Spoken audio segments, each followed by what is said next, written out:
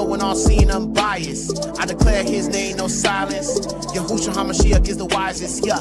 I am not a pagan, yeah, Yahuwah is one. Hey, Yahuwah is a lure, the Ruach in the sun. Look, young boy lay them precepts. Worldwide flood the reset. Noah and his sons ain't see death. Yahushua is king, all respect. A child of the king, don't deflect. 10 toes down, I'm erect. Redeemed of Yahuwah, the elect. Trusting in him and not your reflex. Ain't no high like the most high. Ain't no high like the most high.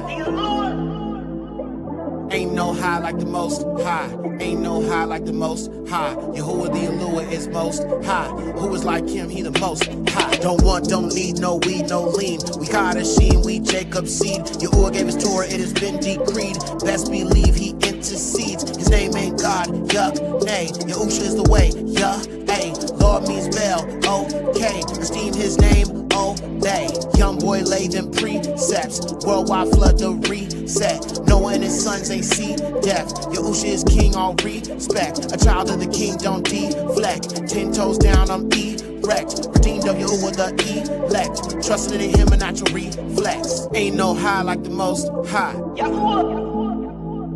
Ain't no high like the most high. Ain't no high like the most high. Ain't no high like the most high. Yahuwah the Eluah is most high. Who is like him? He the most high. Hey, Yaxter.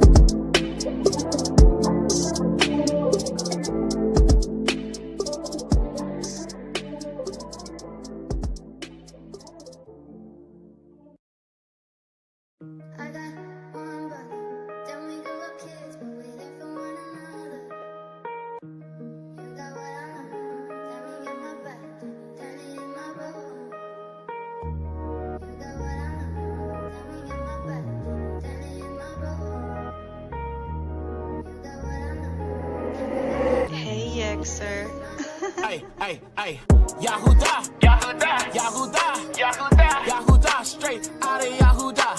If you love Yahuwah, then you gotta keep the law. Lawlessness is sin, so he gave us the Torah. Yahudah, Yahudah, Yahudah, Yahudah, Yahudah, straight out of Yahudah. If you love Yahuwah, then you gotta keep the law. Lawlessness is sin, so he gave us the Torah. I'm a lion, I ain't lying, I'm a lion, roar like I'm a lion. Yahudim, Yahudah, esteem Elohim, my praises go to Yah. Pursuit of Yahusha, bring Hadashah, meat of the word, proceed to eat it raw. Scripture said we scattered, but now we not so lost. Not today, Satan, tell him that he saw.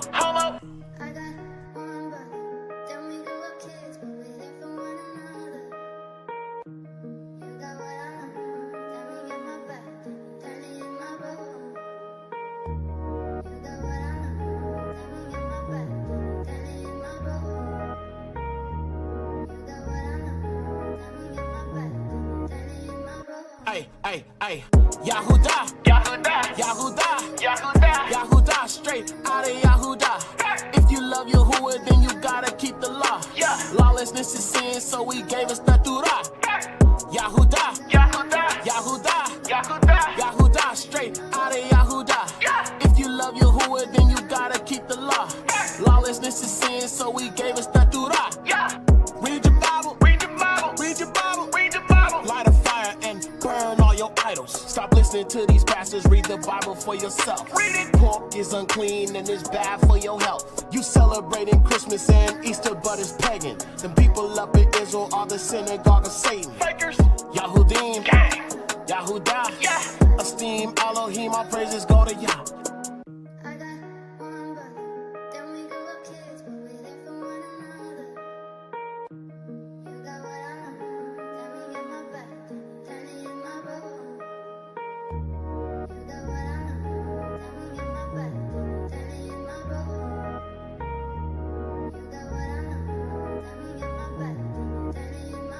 Ay, Yahudah, Yahudah, Yahudah, Yahudah, Yahudah, straight out of Yahudah. If you love Yahuwah, then you gotta keep the law. Lawlessness is sin, so he gave us the Torah.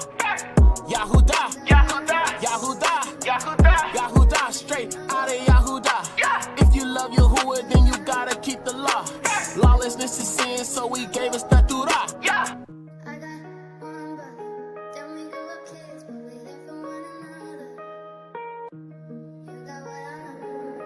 They still lying on my name. Let's get it.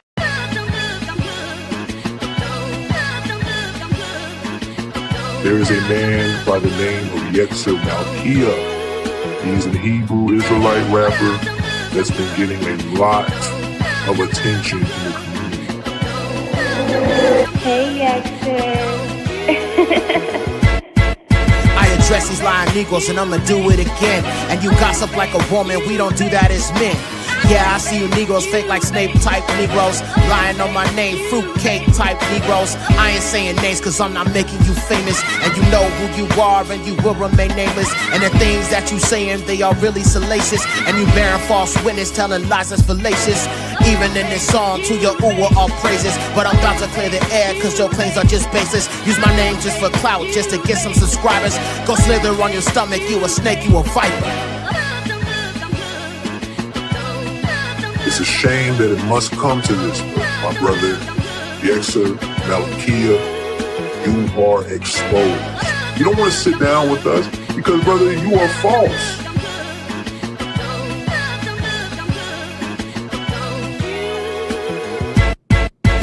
Called by your uwa, you just bitter and jealous, just like Saul's envy of David as his hatred developed. And you all in your feelings, you an emotional wreck.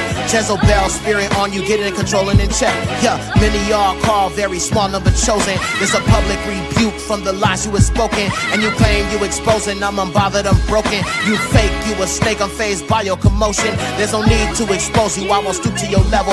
Keep my name out your mouth, you just a troop of the devil. And your uwa hates discord, so you need to be careful. Never wish evil on you, but went to you so prayerful. Yeah, I said it, man. I did say it. You heard it right from my mouth, right from this podcast, right from this channel, right from this page, my brother. You are a false prophet. You are no leader. How dare you? Here's the attention you ordered.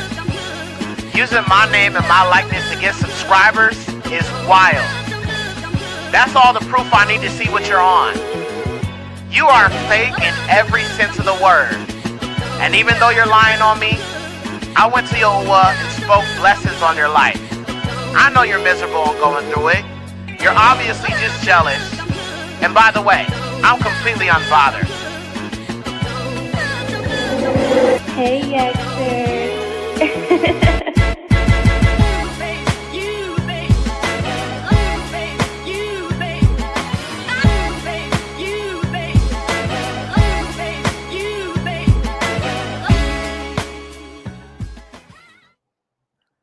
Shabbat shalom, Shabbat shalom, all esteem to the highest.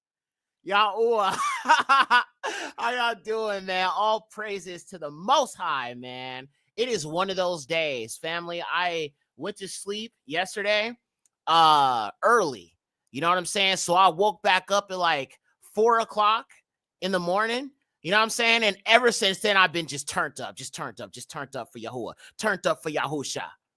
So all praises to the Most High. Can I get an all praises to the Most High in the chat? Can I get an all esteem to the highest, Yahuwah? Shout out to everybody that's watching. We are streaming simultaneously on Facebook and also YouTube. So to everybody that's watching on Facebook, shout out to y'all. To everybody that is watching on YouTube, shout out to you. Shout out to the mods. Let me just get my shout outs real quick. Lele is here. All praises to the highest, Yahuwah. Good to see you, sister. Let's see. Donovan is here. What's up, Ak? Shabbat shalom. All praises to the highest, Yahuwah. Yahudi Blue, another one of our moderators, is in the building. Shalom, sister. Good to see you. All praises to the Most High. Shabbat shalom. We have our beloved sister, Akila Yahoo. Hello, sister. So good to see you. Shabbat shalom. Blessings to you and your family in the name of Yahusha HaMashiach. Alicia Ba.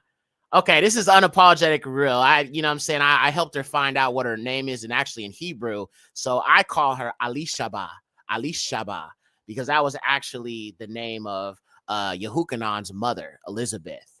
In the Abari, it'd be Alishaba. You know what I'm saying? I just like it for her. You know what I'm saying? It's so Abari, it's so Abari centered. All praises. Good to see you, Alishaba. Let's see. Olga's here. All praises to the highest. Yes, yada yahuwah. All praises. Listen, fam, I'm gonna be honest with y'all. Today, you gonna get the turned up Yexer. And not turned up like in a bad way, but y'all know I get excited about Yahuwah Yahusha. You know what I'm saying? So all praises to the Most High. Leg your hand one time, because you know the devil is a liar 2 times, and you know Yahusha the Messiah 3 times. What you say now? Kabuya, kabuya, kabuya, kabuya, ka woo! Yeah. And I never, ever, ever do a thing about the weather, because the weather never, ever does a thing for me. Yet to be so clever as I enter my endeavors, and the devil is forever staying under my feet. People like my vibe and my style, honey child, baby girl, doing twirls in the middle of the street. I hope you got a license, because what you advertising is surprising for a girl that claims she's only 14. If you're getting tired of the riot that you live in, if you listen, he'll deliver and forget you. Trust me. Busy be so cleaver coming down with the feeders at the meters and the tweeters as they chip your buck teeth. Woo! Hey, all praises. Today is that day. Y'all gonna get the rare Yexer. And I mean, this is the current Yexer, you know what I'm saying? But I'm just saying, y'all gonna get the uppity Yexer today. So, I just hope y'all got the energy for me today. All praises to the Most High. Okay, fam, let's jump into this. We got a lot to get into today. Now, the thing is, I did this teaching before, but as you guys know, we are revisiting some of our previous lessons because, looking at the Septuagint text, some of these scriptures read a lot differently. So I said, you know what? Why not just repackage this lesson? You know what I'm saying? Go to the First Covenant or the Old Testament scriptures and look at it, you know what I'm saying, the Septuagint. So we're going to be doing that today. So let's jump into this. We got a lot of slides, so we're going to just jump into this. If I don't shout you out, Salaki, my apologies, but we got a lot to get into and I don't want to waste too much time. All right. So shout out to Tiffany. I see you in the chat, sis. Shout out to you. So yeah, let me switch over here. I got all my slides loaded up. Okay. So today we are talking everything you need to know about the second Exodus revisited. Okay. So if you are a Israelite, if you are a Gentile, this message is for you. Okay. So it's not just Yasharal, because listen, anybody can be grafted in and they can sojourn with us. And we're going to talk a little bit about that today and what that means, because I think some things need to be made clear today. All right. So let's go ahead and let's jump into this. In this lesson, we will revisit the second Exodus. I've done a teaching on this in the past, but we will be re-examining this event. Now, I understand that there's individuals out here saying that there is no second Exodus, but what we all can agree on is Yahuwah is going to regather his people. Okay, so whether you want to debate, you know what I'm saying, semantics and all that goofy stuff, I'm not here for that. I know Yahuwah is going to bring us out of the land that he scattered us to. All around the world where the Negroes are scattered, including our people of the Northern Kingdom that are scattered throughout Africa, he going to bring all his children together. All right. So whether you believe in that or not, if you don't believe in that, you don't believe in the scriptures. But I'm going to prove to you that it is in the scriptures. Okay. This message, as I said, is for Yasharal and the Gentile who has been grafted into the nation. Before we get into this, I want to explain to the Gentiles the importance of cleaving to us, because the truth of the matter is we are your only way out of here. Okay. And I'm not just talking about America. I'm talking about wherever we are, the Negroes, wherever the Negroes have been scattered to. If you want to escape the destruction, you have to cleave to us. Okay. There's no other way around that. I know some Gentiles like to kind of, you know what I'm saying, run everything and, you know, point the fingers and tell everybody what to do. Listen, the salvation and the deliverance is promised to his children because it's his children that were scattered. Okay. Y'all came to America by choice. We didn't. We were forcibly migrated here. And all of our people that are scattered everywhere else. If you don't cleave to us, you will burn and be destroyed with these nations, okay? You cleave, hey, you come with us. We ain't going to be touched. You know what I'm saying? But if you cleave to us, you can get out of here with us. You know what I'm saying? I don't turn you away if you want to cleave, but I'm just saying you have to. The Gentiles are commanded to cleave to us, and I'm going to show you that in a second. All right? Yahuwah has promised deliverance to his people from where we were scattered. So deliverance is really for us, okay? Let me say that again to you. Deliverance is really only for Yasharal, okay? But you can join us in the regathering or the Exodus if you cleave. Why am I saying the regathering or the deliverance is only about us? It's because we were the ones who were scattered, okay? We are the ones who've been under the curses. We are the ones that, we are the descendants of the people that the Most High was in covenant with that broke his covenant. And so he punished us and cast us out of the land. Okay? That book that you believe in, the Bible, is about us. So naturally, the regathering would be about the people that the book is about. He's not coming to regather Gentiles. He's coming to regather his children. But yes, the Gentiles that they cleave, they can leave with us. Okay? But he's not coming to regather Gentiles. He's coming to regather his children and those who cleave to them. All right? That's why I'm trying to get the Gentiles to understand the importance of cleaving. Okay? Let's keep going. Family, if you haven't hit the like button, I appreciate you guys. Now, let's look at scripture to prove this. My first witness is Zechariah 8:23. Thus says Yahuwah Alua, in those days my word shall be fulfilled, right? If 10 men of all the languages of the nations should take hold of the hem of a Yahudi, okay, or a Jew.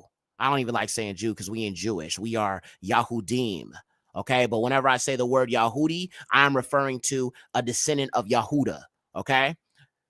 They shall take the hold of a hem of him saying, of him that is Yahudi, saying, we will go with you, for we have heard that Alua is with you. Okay? So I believe that the Most High is going to shake this earth so much.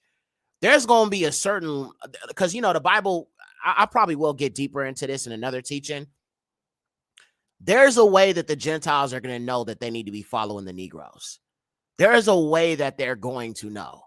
Okay? The Bible says that the Gentiles will come to our light, okay? I believe at some point we are eventually going to be glowing, okay, where Gentiles are going to know. I mean, obviously, you know what I'm saying, that probably ain't going to be until, a little bit time passes or whatever, but there's going to come a time where Gentiles are going to acknowledge there's something, about us that sets us apart from everybody else. I mean, if you look past the music ability, the swag, the athletics and all of that, just the stuff that black people for, eventually people are going to know that their safety is really about sticking with Jacob, okay? Some of them know and they deny it or whatever the case might be, or, just kind of downplay it. But eventually, when I look at this scripture, it's going to get to a point where he's going to make it clear. These are the people you need to follow. These are the people you need to cleave. Now, I'm not saying to replace us with, Yahusha or we replace Yahusha. I'm not saying that. Okay. I'm not saying that. We need you to believe in Yahusha. We're pointing you to Yahusha. We want you to keep the laws and commandments, but we didn't die for your sins. Okay. Yahusha did. So we are here to point you to that salvation, which is Yahusha HaMashiach, and to teach you the laws and the ways and the commandments of the Most High. But we are not your salvation, okay? Any Israelite telling you that you need to come to me and I can forgive your sins, or you need to bow and kiss my feet, that is not of the Most High, okay? We're here to just point you to the Most High, to his son, you know what I'm saying, and teach you the ways of the commandments of the Most High, and that's it, all right? Cleave to us. Let's keep going. All right, Isaiah 14:1-2. Another example why you are commanded by the Most High to cleave to us, okay? Yashayahu, Isaiah 14:1-2, and Yahuwah will have mercy on Jacob and will yet choose Yasharal, and they shall rest in their land, and the stranger shall be added to them. Yea, they shall be added to the house of Jacob. Okay, so what is a stranger? A stranger is basically a convert. Maybe you were a Christian at one point. Maybe you were a witch. Maybe you were a Satanist. I don't know. Maybe you was a whole full-blown atheist. I don't know, right? But you have decided to turn away from the false idols of your nation. If you're from another nation, you have decided to embrace the ways of Yahuwah, keep his laws, keep his commandments. You are essentially, if you look at the word stranger in the Septuagint, it translates to convert. Okay. And I think that's a more accurate way that you could describe people who are grafted in. They are really just converts. Okay. If we just being honest, because I've heard Gentiles say, well, I'm an Israelite. I'm an Israelite. I'm an Israelite. That's not actually what you are, because my next teaching, I'm going to show you the difference between the Israelite and the Gentile. Okay. So people can understand this and not, you know what I'm saying, get it confused. The reason why the Gentiles have to cleave to us is because they are not Israelites. They have to cleave to the bloodline of Jacob. All right, let's look at this. And the strangers shall be added to them, and they shall be added to the house of Jacob, and the Gentiles shall take them and bring them into their place, and they shall inherit them, and they shall be multiplied upon the land for servants and handmaids, and they that took them captives shall become captives to them, and they that had rulership over them shall be under their rule. Okay, so the Gentiles must cleave to us. And we eventually, once Yahusha comes back and we go back into the kingdom, we will be ruling the earth, not the Gentiles. Okay. And that's another thing that I talk about, because I need Gentiles to understand that this is what's written. All right. You can't just pick and choose. Okay, I want to go with this scripture. I want that scripture. No, we got to go off of what the Most High says. He says we will rule over the Gentiles, and not in like a harsh way or a wicked way, nothing like that, but we will just be in charge of everything. Right now is the time of the Gentiles, the time of the Gentiles right now. That's coming to an end. Luke 21:24, until the time of the Gentiles is fulfilled. Esau is the end of the world. Jacob is the beginning of the world that follows. Okay, time and order to everything, a time and place for everything. Let's keep going. Okay, now that you understand what the word says, let's continue. Gentiles are commanded to cleave to Jacob. Now, if you don't want to, bro, hey, that's on you. We are not commanded to take anyone with us who doesn't want to cleave, and we have no problem leaving you behind if you don't want to cleave. Let me say that again. If you have an issue with this, we are not commanded to bring you with us. We're not commanded to do that. If you don't want to cleave, we are leaving you here, and you're going to have some hard times you're going to have to deal with. You probably ain't going to survive, if I'm being honest with you, if you're not with us. So if you don't want to cleave because you can't put your pride aside because you got main character syndrome, we will happily leave you here. Okay? We're tired of this place. We're ready to go. So when the father says it's time to go, I'm bringing my children, and you don't want to cleave because you want to go, you know what I'm saying, be around your family or whatever, and whatever the case might be. Maybe you just don't want to accept the Negroes or the chosen. Whatever it could be that's holding you back from coming with us when we say it's time to go, then that's on you. All right. I'm not going to beg you to come. I'm not going to beg you to cleave. If you don't want to cleave, you can get the wrath of the Most High with everybody else. All right. That wrath is not for us, though. Let me say that again. That wrath is not for us. It's for our enemies. These last 400 years, that has been the wrath the Most High had against us. But when he regathers us, that's when the compassion is shown to Jacob. That's when the restoration of Jacob. That's when the two sticks become one by Yahushua HaMashiach. All right? So the wrath that we've endured by the hands of the Most High is over at this point that we are regathered. Now is the wrath of the Most High upon our enemies. So you really don't have no choice but to cleave if you don't want to die a brutal death. I'm just saying. I hate to put it so directly, but it's the truth. All right, let's keep going. Okay.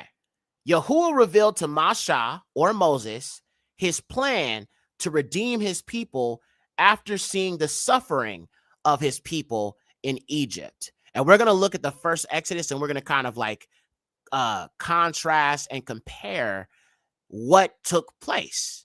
Okay, so we can make sense of this. Oh, we got 126 people in the building. All praises. Please hit the like button, family. I appreciate y'all. Please hit that. If you are watching on Facebook, please be sure to hit the like button or the care button or the love button or whatever the heck they call it nowadays. Appreciate y'all. Okay, here we go. Shamuth, Exodus 3, 7 through 22. And Yahuwah said to Moses, I have surely seen the affliction of my people that is in Egypt. I've heard their cry caused by their taskmasters. For I know their affliction, and I have come down to deliver them out of the hand of the Egyptians and to bring them into the land. And I forgot to silence my phone. Oh, shoot. One of my ox just posted one of my videos. All praises to the highest. I got to thank him later. I have heard their cry caused by their taskmasters, for I know their affliction, and I've come down to deliver them out of the hand of the Egyptians and to bring them out of the land and to bring them into a good and wide land, into a land flowing with milk and honey, into the place of the Canaanites, the Hittites, the Amorites, Perizzites, Girgashites, Evites, Jebusites. And now, behold, the cry of the children of Yasharal is come to me.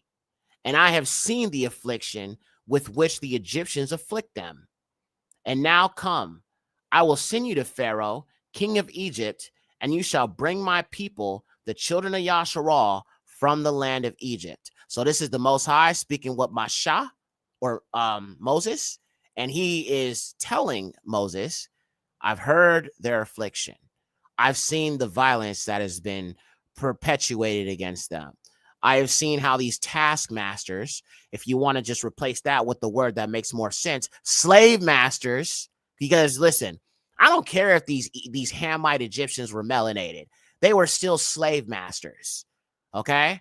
So they were being treated harshly, the Israelites, and they were crying out to the Most High for deliverance. And so through all the crying out, through all the pain, through all the suffering, the Most High said, he came to Moses, Masha, and he said that I'm going to send you to deliver my people. Okay? Y'all caught up? All praises. Okay, let's keep going. And Eluah spoke to Masha, saying, I will be with you, and this shall be a sign to you, that I shall send you forth when you bring out my people out of Egypt, and you shall serve Yahuwah in this mountain. And Masha said to Eluah, Hana, behold, I shall go forth to the children of Yasharal, and shall say to them, the Eluah of our fathers has sent me to you. And they will ask me, what is his name? What shall I say to them? And Eluah spoke to Masha, saying, I am that I am. And he said, thus shall you say to the children of Yasharal, I am has sent me to you. Now, let's look at this verse in Abari real quick, okay? So I'm going to show you what the purpose in understanding this is, okay? So Yahuwah said to Moses, when he said, I am that I am, he said, Ahaya, Ashar, Ahaya, okay? Ahaya, I am, Ashar, that, Ahaya, again, I am, okay? Now, the reason why I'm showing you this is because some people say, well, his name is Ahaya. We're going to destroy that today. Ahaya is literally just a title. It is not a name, okay? And I'm going to show you that in a minute. But Ahaya, it literally just tells you what he is, which is the great I am, right? Gabor Ahaya. Yahuwah tells you who he is, okay? There's a difference here. Ahaya just means I am, right? He is, right? But Yahuwah tells you who he is and what he is, actually. It actually tells you what he is and who he is, because it tells you the name Yahuwah means I am he who was, who is, and will be. I am he who exists, the self-existing one, okay? So whenever you say I worship Yahuwah and I serve Yahuwah, you are saying I worship him who was, is, and will be, okay? So Yahuwah actually tells you who you're serving versus Ahaya, okay? That's why there's a big difference. But let's keep going. Yahuwah said to Moses, Ahaya, Ashar, Ahaya, And you can see that I broke it down for you in the Bari just so you can see. All right. 15. Shamuth, Exodus 3, this is 15. And Eluah said again to Mashah Moses, thus shall you say to the sons of Yasharah, Yahuwah, Eluah of our fathers, the Eluah of Abraham, and Eluah of Yashak, and Eluah of Yaakub, Jacob, has sent me to you. This is my name forever and my memorial to all generations. So you can see that the Most High first revealed himself as Ahiah, right?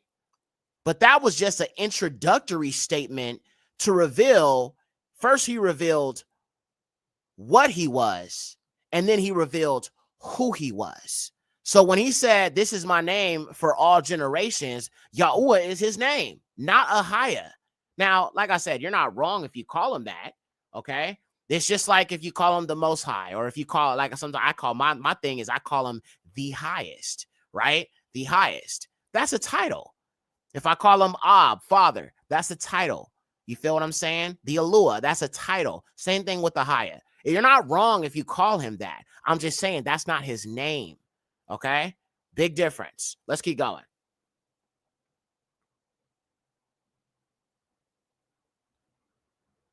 All right. So now let's look at this. Okay? I'm going to give it to you in a Bari. All right? And then I'm going to give it to you and break down these words. Okay? So the first thing is actually it'll be Ka Amar Bani Yasharah. Okay? Then Yahuwah Alua Ab Abaraham Alua Uyatshak U Alua Yaakub Ashar Shami Alam Shalak. Okay? That's actually what it says, but I'm going to break it down for you so you can understand. Okay? So Ka Amar Bani Yasharah, thus you shall say unto the children of Yasharah, because Ban is another word for son. Okay? But it can also be used to describe children. Okay, so Ka Amar Bani Yasharah. Amar means say. Okay, so if you Amar somebody, that means you say something to them. Okay, so Ka Amar Bani Yasharah, thus you shall say unto the children of Yasharah, Yahuwah Alua Ab Abaraham. Okay, Ab is where you get the word father. Okay, so Yahuwah Alua Ab Abaraham Alua Yatshaku Alua Yaakab Shalak. Yahuwah, Alua of your fathers, Alua of Abraham, Alua of Isaac, and Alua of Jacob has sent me to you. Okay. Then the last part is Ashar Sham Alam, or actually should be Shami, because it's my name. Whenever it's possessive, you know what I'm saying? Like if you say my Alua, instead of Alua, if I say my Alua, then it would be Alua he, because you add that Y at the end. Just like if it's his name, it would be, he says it's my name, it would be Shami, okay? Because the word Sham means name. When you add a Y in a Bari, it becomes possessive, okay? So Yahuwah said, Ashar Shami Alam, this is my name forever. I just wanted to point that out because somebody was literally telling me like, oh, well, how do you know his name is Yahuwah? Because I know the language. So I just wanted to point that out. Let's keep going. So thus you used to say unto the children of Yasharah, Yahuwah, Alua of your fathers, Alua of Abraham, Alua of Yatshak, and Alua of Yakub. This is my name forever. Okay, we got that. Moving on. All right, so this is Shamuth, or Exodus 3, 7 through 22. Go then and gather the elders of the children of Yasharah, and you shall say to them, Yahuwah, Alua of our fathers, has appeared to me, the Alua of Abraham, and Alua of Isaac, and the Alua of Jacob, saying, I have surely looked upon you and upon all the things which have happened to you in Egypt. And he said, I will bring you up out of the affliction of the Egyptians to the land of the Canaanites, and the Hittites, and the Amorites, Perizzites, Girgashites, Evites, Jebusites, to a land flowing with milk and honey. So this is the Father giving instruction to Moses and letting him know what he is to do when it comes to delivering Yasharah, okay? And I will stretch out my hand and smite the Egyptians with all my wonders, which I shall work among them. And after that, he will send you forth, Pharaoh, okay? And I will give this people favor in the sight of the Egyptians. And whenever you shall escape, you shall not depart empty. But every woman shall ask of her neighbor and fellow lodger articles of gold and silver and apparel, and you shall put them upon your sons and upon your daughters and spoil the Egyptians. Now, whenever you see that word spoil, that is not like, you know what I'm saying? Like my woman, right? I'm going to spoil her, right? I'm going to buy her nice things and have her looking all beautiful and splendiferous and all of that. No, that's not spoiling. Spoiling means to take and plunder when you look at it in a scriptural context. Now, the reason why I'm showing you this is I personally believe when we leave this land, we are leaving with abundance. It says that. Matter of fact, let's look at that scripture real quick. Let me go over here to the Septuagint. We'll come back to this in a minute. So you saw that they left Egypt with gold, and Yahuwah said that he was going to give them a favor in the eyes of the Egyptians, where the Egyptians would be willing to give up everything they had to these Israelites as they were leaving, right? I believe it's going to be the same thing with these nations we've been scattered to. So let's look at that real quick. So let me share my screen, and we're going to read Genesis 15, 13 through 14, and we can see if we can find a parallel with this. So give me a second, family. All right, all praises. Okay, so let me show y'all this real quick. We're going to go to just Genesis, bar sheet 15, 13, and we're going to read 15, 13 through 14. All right, just to confirm. All right, this is I think this is another sign people need to pay attention to, especially when it comes to, like, you know what I'm saying, reparations and stuff like that. Not saying we need to be like asking for it from the heathens, because I believe that they're going to give us reparations by the hand of the Most High's destruction upon them. They're going to be so afraid of what he's going to do to them. They're going to have no choice but to give up everything they got, because they're going to realize the Most High is coming to collect for what has been done to his children. But let's look at this. Barashi, Genesis 15, 13, and it was said to Abram, you shall surely know that your seed shall be a sojourner in a land that is not their own, and they shall enslave them and afflict them and humble them, what? 400 years. And the nation whomsoever they shall serve, I will judge. And after this, they shall come forth with much property. So even back when Abraham was young, the Most High gave him this dream where his children and his seed would be brought into a land that they don't know and enslaved for 400 years. It's right here in the Torah. Now, people always love to say, oh, well, that's talking about Egyptian captivity. Really? So then why is it in the book of Acts, chapter 7, verse 6, it says the same thing? If it already happened, then why would it be in the renewed covenant? Acts chapter 7, verse 6, and Eluah spoke on the wise that his seed should sojourn in a strange land, that they should bring them into bondage and entreat them evil 400 years. And the nation to whom they shall be in bondage will I judge, says Eluah. And after that, they shall come forth and serve me in this place. Okay, so this is obviously talking about right here, right now. All right. Now, if you know anything about the studies I've been doing, we was not in no Egypt for no 400 years, not even no 430 years. It was way less than that. You know what I'm saying? It's just that the translations people been using are corrupted, because if you actually look at the text, it says that they were in Egypt and Canaan 430 years. Okay. But that whole time, they were not in Egypt the whole time. Matter of fact, when they were in Egypt, while Joseph was in power, they were not being enslaved. Matter of fact, they walked from Canaan to go get grain. So you can't actually say that they were there 430 years. That doesn't make any sense, considering the fact that they weren't completely enslaved when they were there, when they first came there, when Joseph was in rule. It's when he died that they became enslaved. So you got to understand the differences here with this, because I see a lot of people like to look at this scripture and say it's not talking about right now, even though it is. But let's keep going. All right, so we looked at that. We read about Masha, okay? And the father had chose him to be able to relay this message to his children and to deliver them, all right? And the Most High was going to perform miracles through Masha. Okay, and he was instructing him on what he expected of him to do. All right. Now, okay, so let's read this. And you will spoke to Masha, saying, Hannah, behold, I, Elua, have given you Pharaoh, and Aaron your brother shall be your prophet, and you shall say to him all things that I charge you. And Aharon, or Aaron, your brother, shall speak to Pharaoh, that he should send forth the children of Yasharal out of his land, and I will harden the heart of Pharaoh, and I will multiply my signs and wonders in the land of Egypt. Okay, now I want y'all to pay attention to this, because Yahuwah, his purpose in doing the things that he did was to prove to these pagan, heathen Egyptians who worshiped multiple deities, he is the greatest and living Alua. Okay, they worshiped many different ones. He wanted to take this time to prove it to his children, he was there for them, but also to these heathens that had oppressed his children, that he is the true living Alua. And the Alua of Yasharal is the only true living one. So he had multiple purposes in this. And he said he hardened Pharaoh's heart. Okay?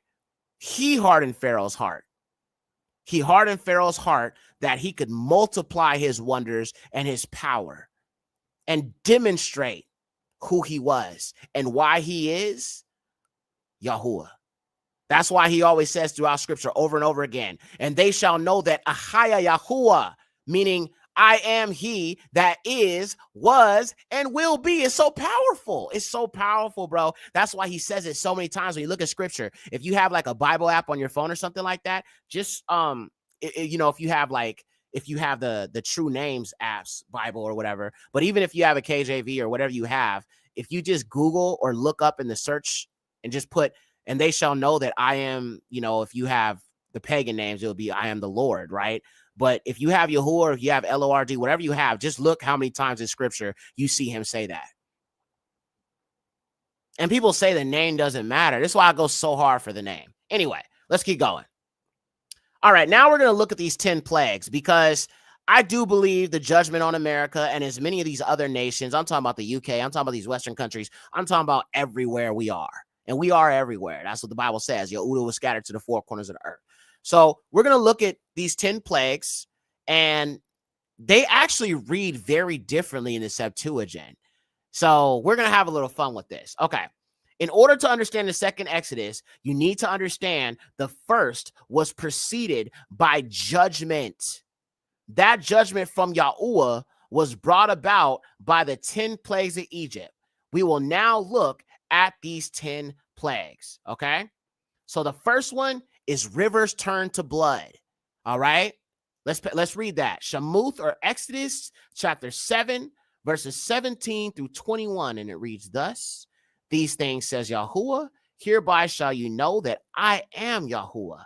Hannah, behold, I strike with the rod that is in my hand on the water which is in the water, and it shall change into blood.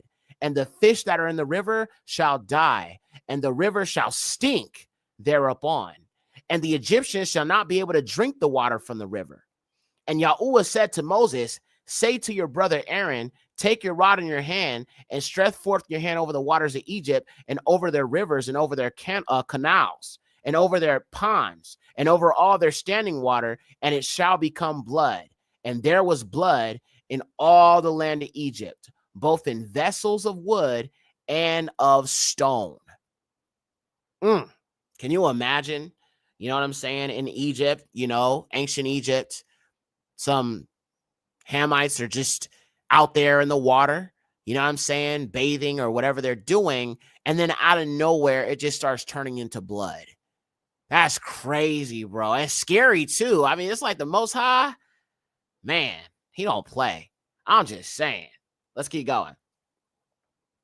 And Moses and Aaron did so as Yahuwah commanded them. And Aaron, having lifted up his hand with his rod, smote the water in the river before Pharaoh and before his servants, and changed all the water in the river into blood. And the fish in the river died, and the river stank. I'm laughing because it's like, that's how we talk. We don't say, oh, you stink. You say you stank. You know what I'm saying? It's like if I come home from school and, you know what I'm saying, I was sweating or whatever because, you know, I was playing around when I was at school, and my auntie be like, man, you ain't getting no dinner until you get in there and take a shower. You stink, Yexer. She never said you stink. She said you stank. You know?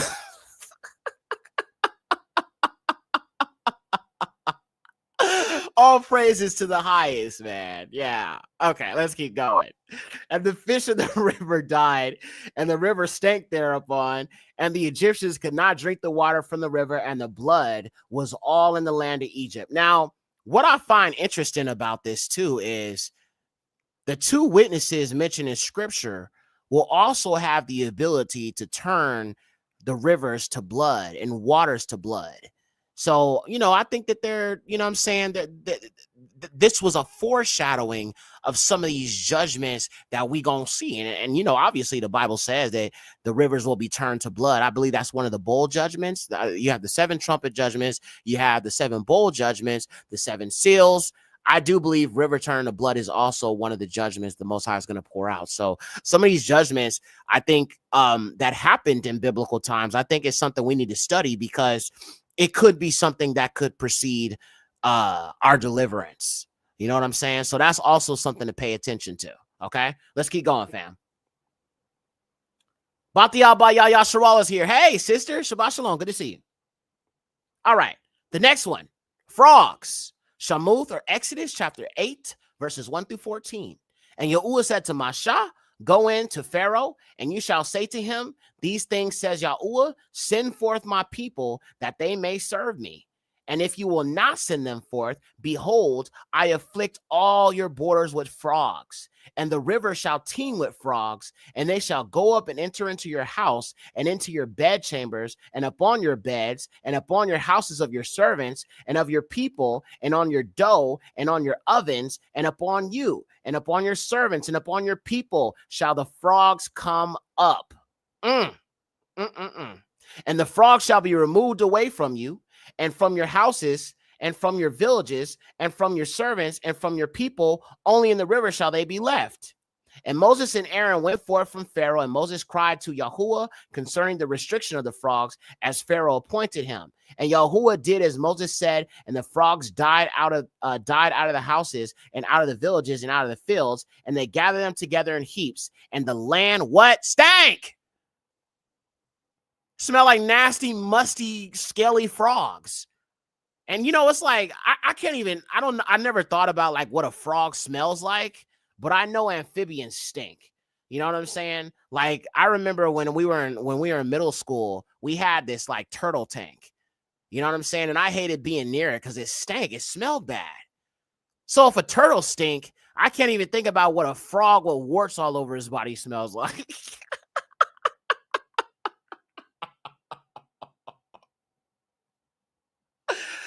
I was like, I didn't want the teacher to put me next to the dang turtle tank. Smells so bad, bro. Like, get it away from me. Just, brother, You know what I'm saying? Kim Terry is in the building. Shabbat Shalom, family. How long has this show been going? We have been on for 48 minutes so far, but we still got a lot to get into. Let me see. I'm on slide 30. We have 80 slides to go through. So, you know, you didn't miss too much. I didn't even get to the second Exodus yet. We're just talking about the first one. All right, let's keep going, fam. All right, lice in ancient Egypt, Africa.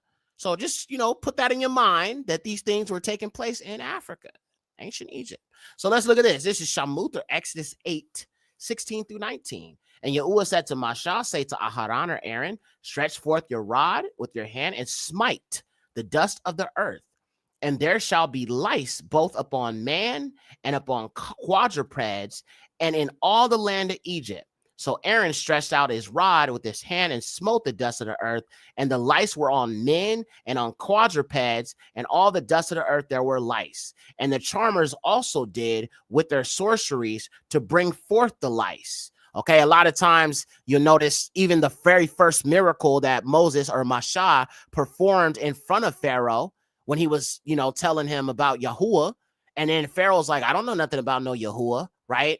And Masha cast down his rod and it became a serpent. right?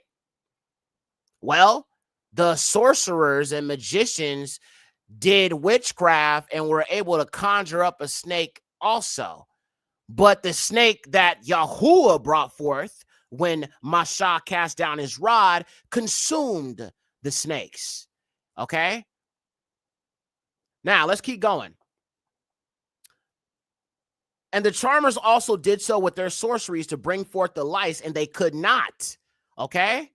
Now, let me make something clear here. Let me come on the screen because I gotta show my face real quick. Hold on. I gotta tell y'all something. Listen. The sorcery that they were doing, right, when they were trying to basically one-up the Most High. Remember, we just read, Yahuwah said that he was going to harden Pharaoh's heart. The only reason why these magicians were able to do certain things to try to one-up the Most High is because he allowed them to.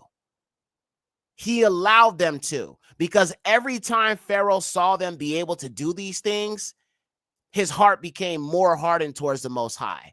And so that means that the Most High was going to have to pour out his power and his wonders to an even greater extent. So then by the time the last plague and the firstborn are struck down, there is no doubting that the Eloah of Yasharal is fighting for Yasharal and why you should fear him. Because remember, when you go to like Rahab and you read about like Jericho with Joshua and all of these nations heard about what Yahuwah did to the Egyptians. Word got around what Yahuwah did to the Amorites, to the Ammonites, to the Jebusites, to the Canaanites. Word got out about what he was doing. Just like word got out about what Yahushua was doing, his miracles, what he was capable of doing. You have to understand it. It's always about Yahuwah's purpose. It's always about Yahuwah's purpose. And I want you to understand it's going to be the same thing with this second Exodus. The Most High, Yahuwah, he going to make it clear who he's fighting for and why he is the true Eloah. Okay? So I'm expecting to see some things that some people are not going to be able to explain. I'm expecting to see a unrelenting judgment upon America. That we will know, oh, this is our Eloah fighting for us. Oh, that's Yahuwah. See, the Most High, he don't let nobody take credit for nothing he does. Nobody. When we are gathered, before that gathering and the judgment starts to take place, there will be no confusion about whether this is him or whether it's the government. But I think the reason why you have people like Candace Owens, Andrew Tate, Tucker Carlson, and Alex Jones, and all these controlled opposition individuals. It's because it's so easy for them to blame it and say it's the government doing it. Just like with Hollywood. I showed you, I said, I think it's judgment. And then I found out one of the Rothschild's homes got destroyed in the Hollywood fire. Oh, no. This is judgment. Okay? But they're going to say it's the government. It's the government. It's drones. It's the government. And, you know, they're trying to, you know, build 15-minute cities. And I'm not saying that's not true. I'm not saying they're not trying to build 15-minute cities. But when Rothschilds get the wrath of the Most High, oh, I know it's from him. I know it's from him when the Rothschilds are affected. Matter of fact, let me show y'all this. We got a little time. I thought that this was very telling, bro. When I saw that, I was like, yup, this is definitely judgment. That was the confirmation for me. Let me show y'all this, fam. This is crazy. Man, why is this dude sending me John Truth's videos? I'm about to block him. I told him not to send me. I told people, do not send me that white boy's videos, and they keep sending me his stuff. And I said, if you send me it, I'm going to block you. He getting blocked. All right, let me show y'all this real quick. So this is a news report, I believe. And there was a Rothschild's house that was struck down because of the fires, completely destroyed. And when I saw it, I was like, well, that definitely tells you some things, don't it? It definitely tells you, you know, that it was the father that did it, you know. So let me show you that real quick. Give me a second here. I have it here on my Facebook. I did a post on it not too long ago. I just thought it was really, really telling. Made it very clear to me it was definitely judgment. What the heck?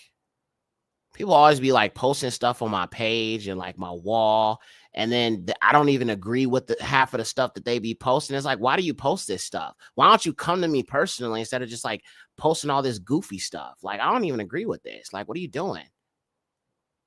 It's clear people don't pay attention. Okay, here we go. So it's an article I'm about to show you here. Let me share my screen. This was the confirmation to me. This is judgment. What took place in California is judgment. Look at what it says. It says, reclusive Rothschild's heir killed in Hollywood Hills house fire. Ooh, ooh, ooh, ooh, ooh, ooh. A reclusive member of the wealthy Rothschild's family was killed on Wednesday in a fire that devastated his Hollywood Hills home. The Los Angeles Fire Department, or Police Department, Salaki, responded to the fire Wednesday afternoon with 45 firefighters extinguishing the blaze in about 33 minutes. 33? There's that symbolism. Anyway, numerology. According to the Los Angeles Times, officials found a dead body in the home, and it was later identified as Will Rothschild, according to KABC. It was unclear what caused the fire, Yahuwah. Say it with me, Yahuwah. It was unclear what caused the fire, and the LA County Medical Examiner has not yet determined a cause of death, but the news of Rothschild's death came as a shock to neighbors in the affluent community. As some told KABC, he lived a rather reclusive life. So he was a loner. He was a hermit. He was a weirdo. Fitting. It is very sad, neighbor Jim Moore told the station he was a good guy, a good neighbor. Another neighbor told the Times Rothschild was a friendly neighbor, one who was proud of his Yale degree and doted on his Afghan hound. The guy was attached to his dog. I mean, obviously he a weirdo. I mean, probably. Oh, I'm gonna leave that alone. Still, Rothschild flaunted some of his wealth. According to KABC, neighbors said he owned various properties and dozens of high-priced cars. Don't matter now. You dead. And no, I don't feel bad about saying that because we talking about the serpent seed here. We talking about the people who can't be saved. We talking about a serpent bloodline here. So no, I don't feel bad about what happened to him. No, I don't. No, not at all. The children of Satan, I don't never feel bad when stuff happened to them. So just in case, you might have been wondering like, okay, well, I'm not sure if it was judgment. I'm telling you, I believe it is. Because when you think about a lot of these rich and powerful families, they never do anything that works directly against them. They do things that work directly against the masses. So when something is working against them, then it's not from them. Terry Buckman says he said he would destroy by fire. Right. He did. B. Smurf says, I wouldn't be surprised if he was in the middle of doing some type of sacrifice. Probably. But that was just something I needed to see to kind of confirm what I have been feeling in my heart about these fires. I'm going to say this. I do believe that it's a little bit of, it could be a bit of both. I do believe it's judgment by the Most High, but I feel like sometimes what they do when they see, the judgment of the Most High, right? Them people in them higher positions, because, the masses, they don't know what the Most High is doing or what man is doing, right? I think when they see what the Most High is doing, a lot of times they start fires themselves to try to say, oh, well, we have footage of something like this happening, right? To try to hide the fact it is the Most High. Just like they created this lie of climate change to try to make you think that this is not the wrath of the Most High that is being poured out. And it's getting worse because we are in the birth pains right now. He's getting more angry. And especially now, family, right now, oh, this is the season for the judgment of Yahuwah. Look who's in office. Edom.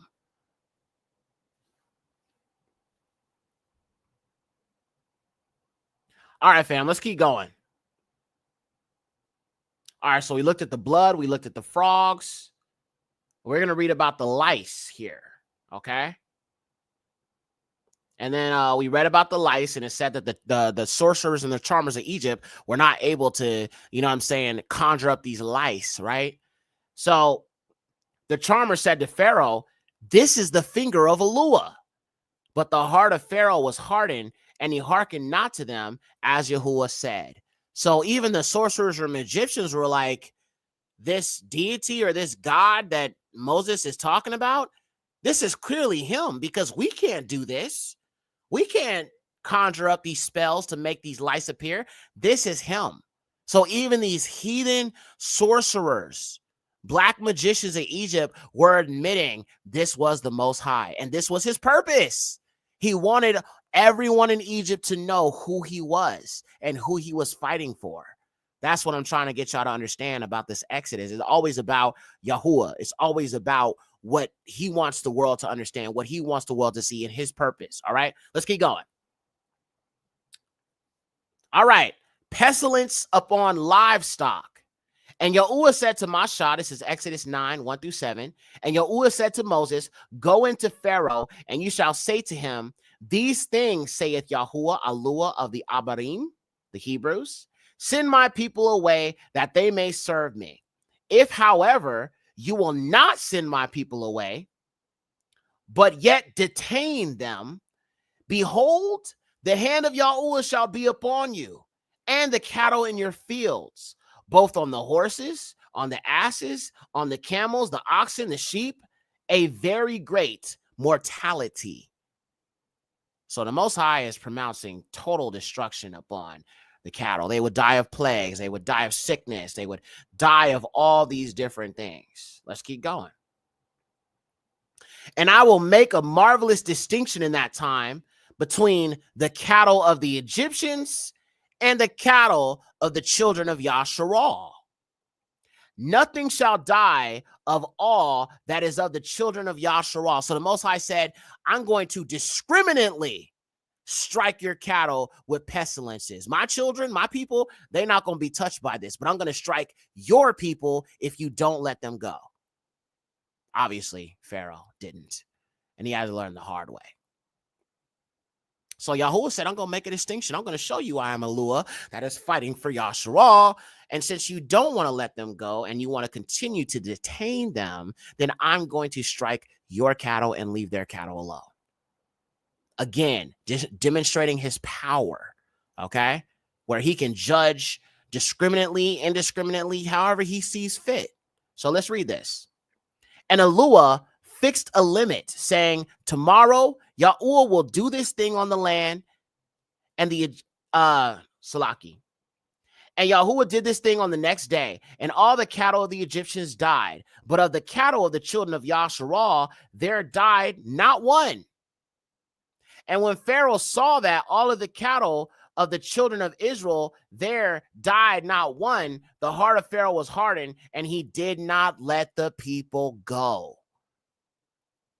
But Yahuwah, remember, Yahuwah was going to continue to pour out these plagues. He was hardening Pharaoh's heart. All right, let's keep going.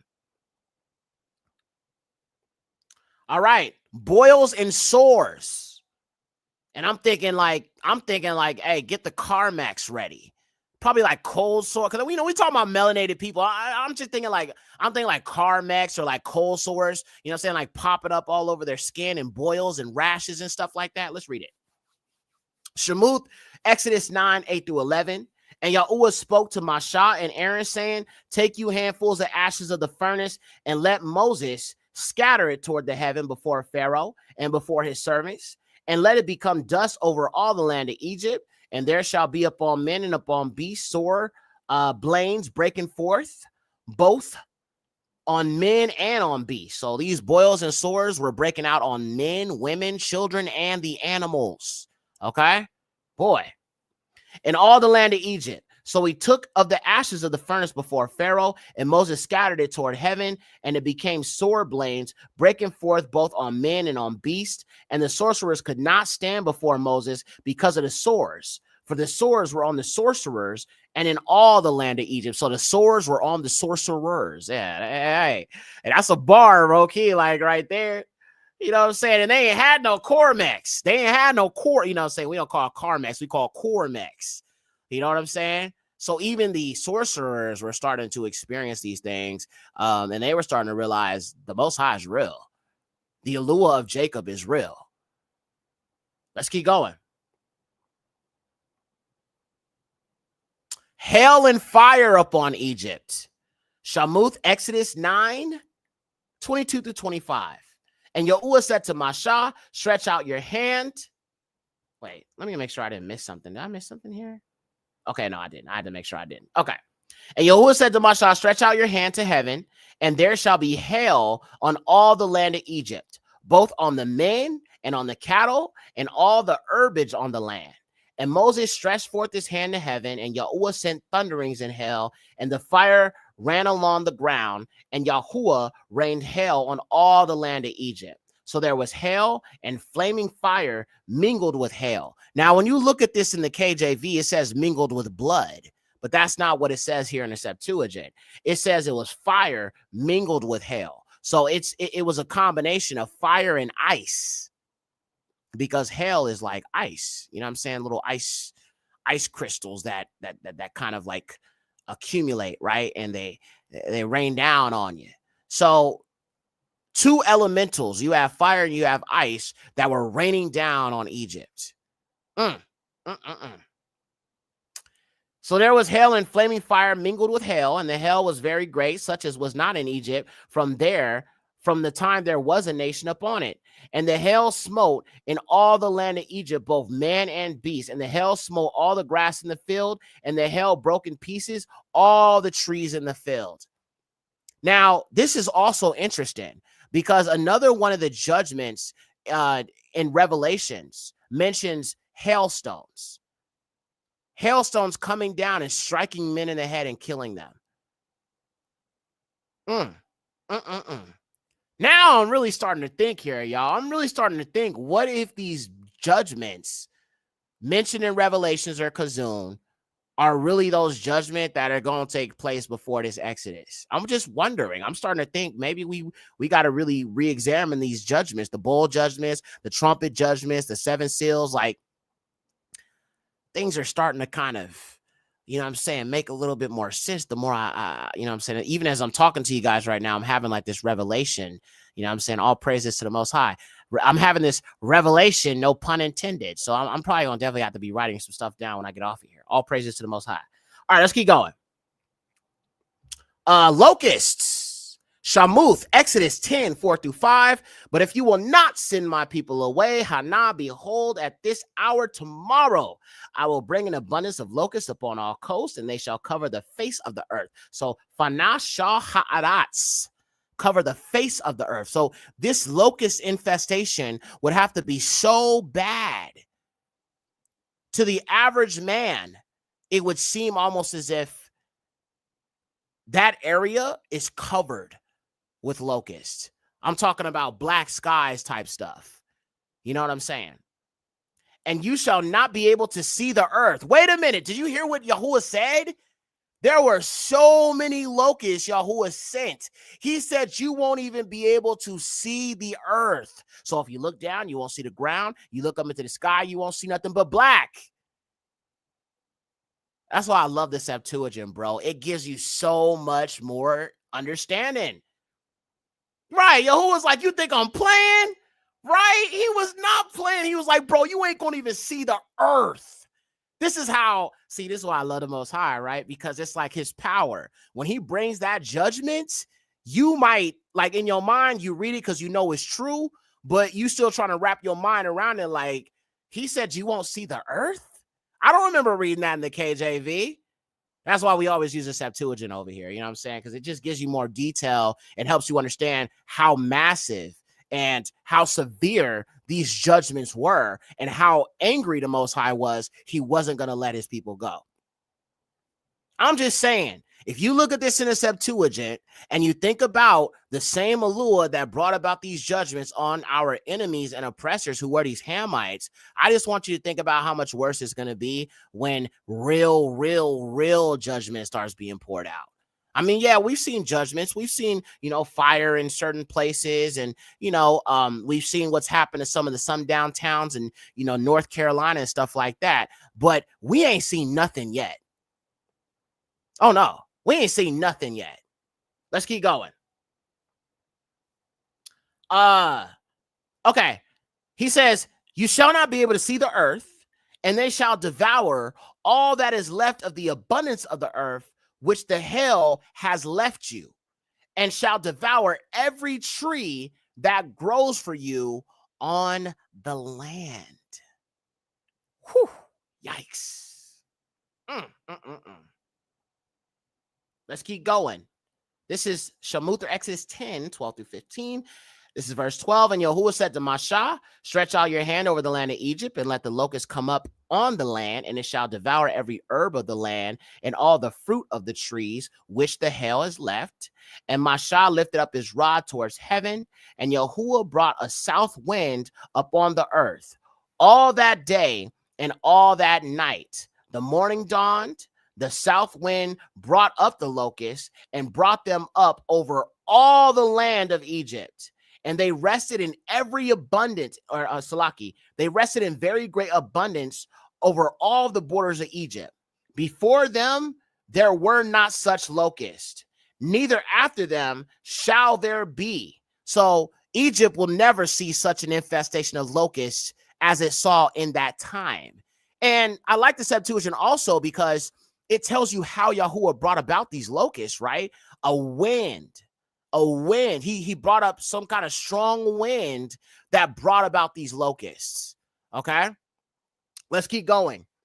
And they covered the face of the earth, and the land was wasted, and they devoured all the herbage of the land and all the fruit of the trees which was left by the hail. There was no green thing left on the trees, nor all the verbiage of the fields, or the herbage of the fields, in all the land of Egypt. They took everything, consumed it all. Wow. Powerful. All right, let's keep going. 3 days of darkness. Shamuth, Exodus 10, 12 through 15. And it reads thus. And Yahuwah said to Mashah, stretch out your hand over Egypt, and let the locusts come up out of the land, and should devour every herb of the land and the fruit of the trees, which the hail left. And Moses lifted up his rod towards heaven. And actually, you know what? I'm sorry. I think I just read this one already. My bad. Okay, here we go. Exodus 10, 21 to 23. And Yahuwah said to Moses, stretch out your hand to heaven, and let there be darkness over the land of Egypt, darkness that may be felt. Wait a minute. Hold on. Family, let's repeat that again. Yahuwah said to Moses, stretch out your hand to heaven, and let there be darkness over the land of Egypt, darkness that may be felt. Now, we understand when we open our eyes, right? It's dark, right? When we're done with this study, by the time I look outside, it's probably going to be dark outside, right? This darkness was so spiritual, it could be felt. Can you imagine feeling darkness? Family, this is something totally different than what our minds can understand. That's why I say when it comes to spiritual things about Yahuwah, you know what I'm saying? We kind of just have to take it for what it says. But Yahuwah brought a darkness upon Egypt that could be felt. Not just seen, but felt.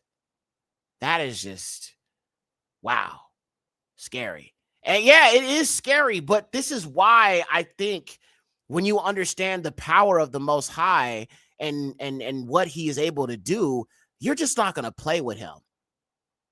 You know what I'm saying? We have a term we used back in the day, you know, being scared straight, right? Like, you know, they used to send these young adolescents that were, you know, acting up in school or getting arrested or running with gangs and stuff like that. And they would get, you know, the convicts to get up in their face and, you know, tell them what's going to happen to them if they don't get their life together and all of that. Bro, reading these scriptures and stuff like that, understand the Most High, what he can do, what he has done, bro, that's enough for me to fear him and not play with him.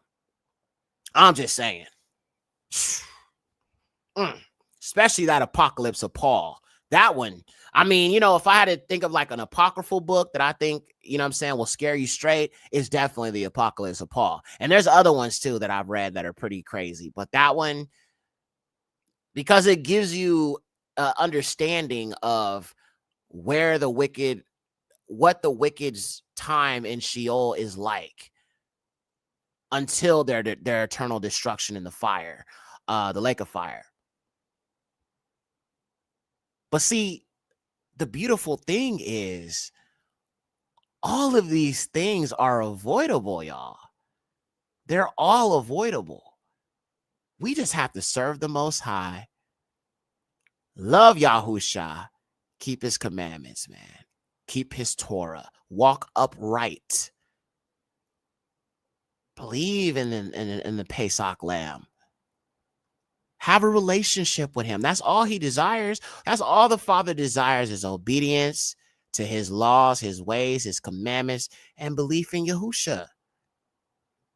That's all he desires. I don't think that's too much to ask. I see like people tell me all the time it's impossible to keep the Torah. What do you mean it's impossible? No, it's not. Why would he give us these laws if it's impossible? It's not impossible. The devil is a liar.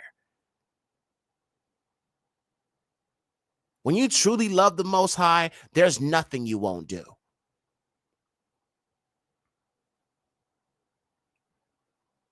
There's nothing you won't do when it comes to the Most High. I mean, at least like that's what it is for me. Because I'm in submission to the Most High, because I love the Most High. There is nothing I won't do. No sacrifice I won't make. Whatever the Father tells me to do, I will do it. I won't even think about it. He's had to reprove me a few times where I started to hesitate on something, and I realized that's a dangerous game to play. He tells you to do something, just do it.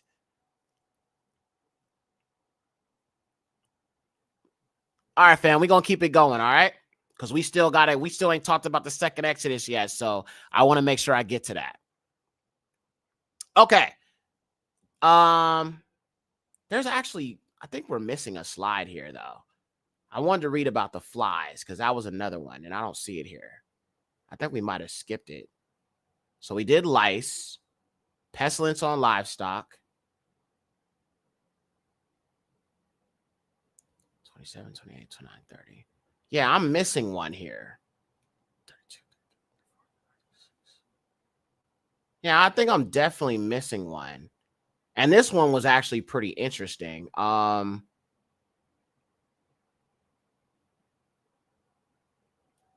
Okay, yeah, we are missing a slide. Okay, give me 1 sec, fam.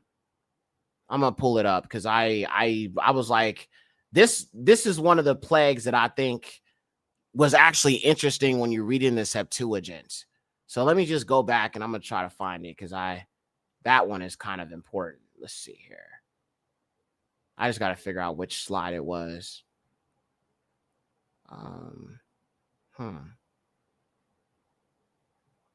Give me 1 second here.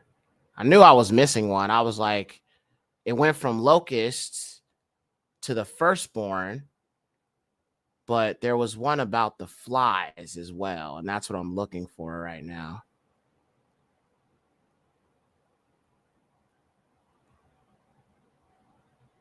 Okay, let me go back to my my reference here. I have it pulled up. Okay. So let me just jump back over here to my first slide here. And we're gonna read the one about the flies because that one I think is very, very interesting. Let me pull it up.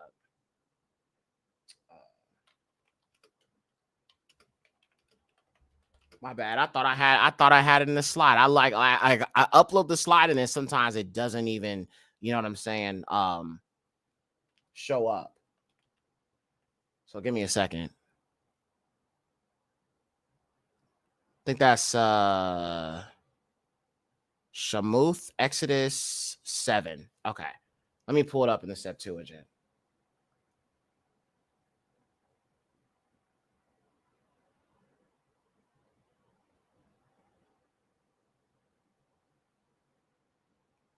Okay, so we're gonna look at this one here about the fly, because like I said, what it says, and I'm gonna show you the fly he's talking about, because this one, the reason why this one is so important to me is because when I read in the scriptures as a child about these flies, I didn't really understand how that's actually a pestilence. I'm like, what can flies do? Like, I understand frogs, they stink. I understand, locusts, they devour crops. I understand, darkness, you can't see anything. I understand pestilences on the cattle. I understand all these other plagues, but I don't understand how a fly would be a judgment. And then when I read in the Septuagint, it made perfect sense. It made perfect sense. So I'm trying to find that verse. My bad. Okay, here we are. All right, let me share my screen. We're going to go to Shamuth, or Exodus 8:22. Let's go there real quick. I want to show you this. This is very interesting. Let me make this bigger. Hold on. Let me show you what it says in the Septuagint. I'm going to start off at 20. Okay. And Yahuwah said to Moshe, rise up early in the morning and stand before Pharaoh, and behold, he will go forth to the water. And you shall say to him, these things says Yahuwah, send away my people, that they may serve me in the wilderness. And if you will not let my people go, I will send upon you and upon your servants and upon your people and upon your houses the dog fly. And I'm going to show you what that is in a minute. But just stick with me, okay? It's going to get interesting. And the houses of the Egyptians shall be filled with the dog fly, even throughout the land upon which they are.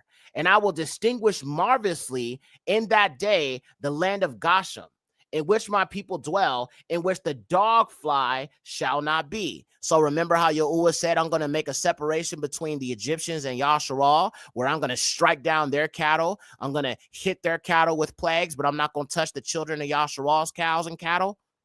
Same thing with this dog fly, in which the dog fly shall not be, that you may know that what? Ahaya Yahuwah aluaha, Ahaya Yahuwah alua ka ha'aratz. I am Yahuwah, the Alua of all the earth. All right. So that's what I told you. You will find this. I am Yahuwah, the Alua, or they shall know that I am Yahuwah. You will see that all throughout scripture. It's so important that, what I'm saying, when you understand why he says that so much. Okay.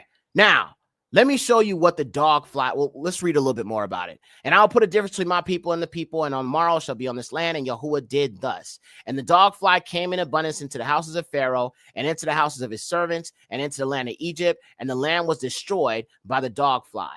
Now, as I told you guys, I didn't really understand how this is a judgment until I looked at what a dog fly is. Let me show you this. All right. So I can't pronounce this, so I'm not going to even try, but I'm just going to read to you what it says. It says, the dog fly, louse fly, or blind fly is a blood-feeding parasite, mostly infesting carnivores, like even lions. See, that's what I'm saying. The Bible is an African book, okay? It is. But anyway. The species name, like I said, I'm not going to pronounce that, means long wings. Its bites can be painful and result in skin irritation. It is an intermediate host for the canine, the parasite. It may also be a biological or mechanical vector for other pathogens. Okay, I want y'all to think about this for a second. These Egyptians have boils in their skin, breakouts, and all type of stuff. Right? So now my question has been answered. How are flies a judgment? They were blood-sucking parasites that will literally bite you, and it hurts. It's painful. And if you think about the fact that they had boils in their skin and they're being bit by these blood-sucking parasites, that means it hurts that much more. But see, the thing is, the KJV just tells you they're flies. They don't tell you what type of flies. You feel what I'm saying? Now, let's bring it home. Bring it home. So where are these animals, these particular dog flies, where are they indigenous to? Where can we find them? Let's look at that. Actually, right here. The species is found where? In Africa, along with the Middle East, Asia, and some of these European countries. But See how they put Africa first? Yeah. Family, the Bible is true, bro. And you know what I'm saying? I just get excited, man, about, I got excited even as I was putting this together. I was singing, you know what I'm saying, listening to my worship music, and I was just, doing my little dance in my room, like, hey, you know what I'm saying? All praises to the highest. Okay, fam. We're going to keep going because we still got more to get into, but I just wanted to show you why this is a judgment. And why it would be considered to be a judgment, because these are blood-sucking parasites. And on top of that, it's already bad enough if you got sores on your skin and you're already in pain because Yahuwah done struck you with plagues. So he just made it worse. Boy. Okay, fam. We gonna keep it going. Brother, right. I'm just like...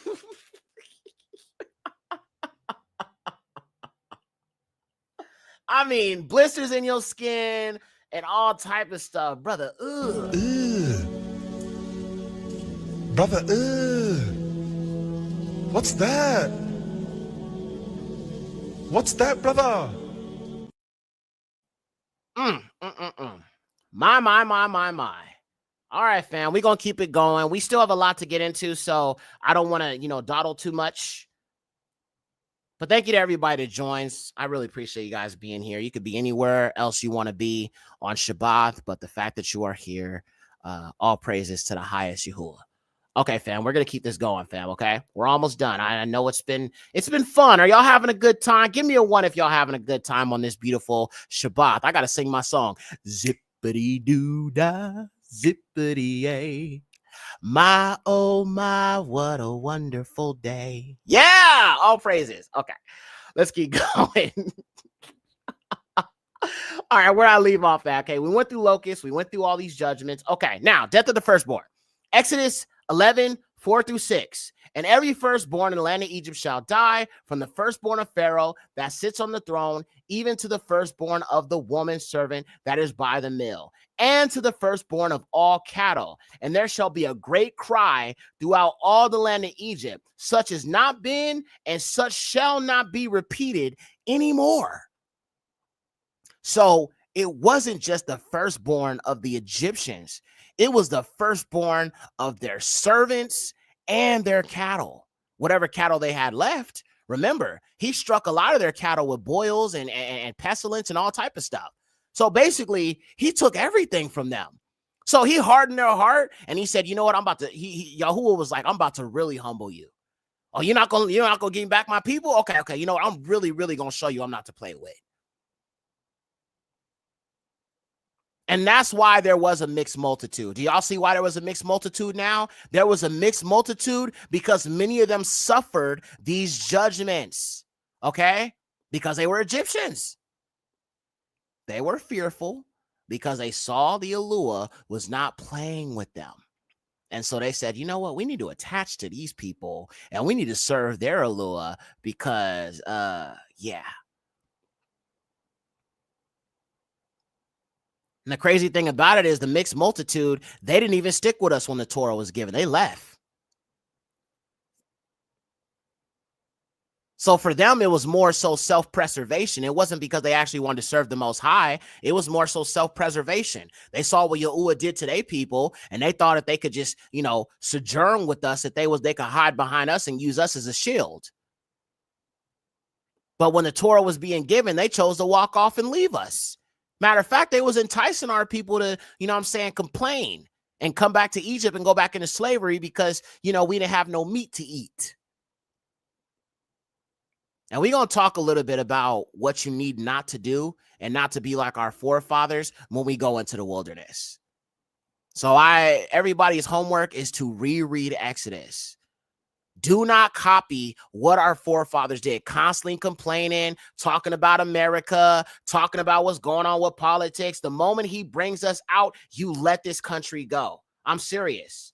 The moment he brings us out, forget about your family, forget about your girl, your wife, your husband, whatever. If they not coming with you, forget about them. Your children. Now, listen, I'm not saying that you should, just like disregard or anything like that, but you have to leave it to Yahuwah. Okay, because Hashatan will use whatever you're attached to in this country or whether you're being gathered from to keep your mind there so you will get cut off. Okay? Do not let that happen to you. We'll get to that a little bit later. I don't want to get ahead of myself. All right, fam, here we go. So what can we learn from the first Exodus, family? Yasharal's deliverance was preceded by judgment, shafatim, judgment. The same will happen to all of our enemies. Pay attention to what is happening to the heathens. Okay, if you are a grafted in Gentile, pay attention to what's happening to people of Caucasian descent that are not in this truth. Pay attention to it. Pay attention, because that's going to be a sign of what's to come.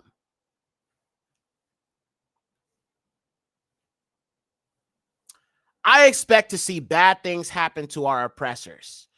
I expect to see more sundown towns flooded and destroyed. I expect to see heathens making more videos about economic difficulty and struggling. I expect people of Caucasian descent to continue to die out and not be able to reproduce, because that is happening right now. In case you don't know, it's not me being racist or nothing. It's just the truth. Them folks are going extinct. They're saying Europeans are going to become the minority very, very soon because they're not making enough children. I feel like that is a judgment, if I'm being honest with you.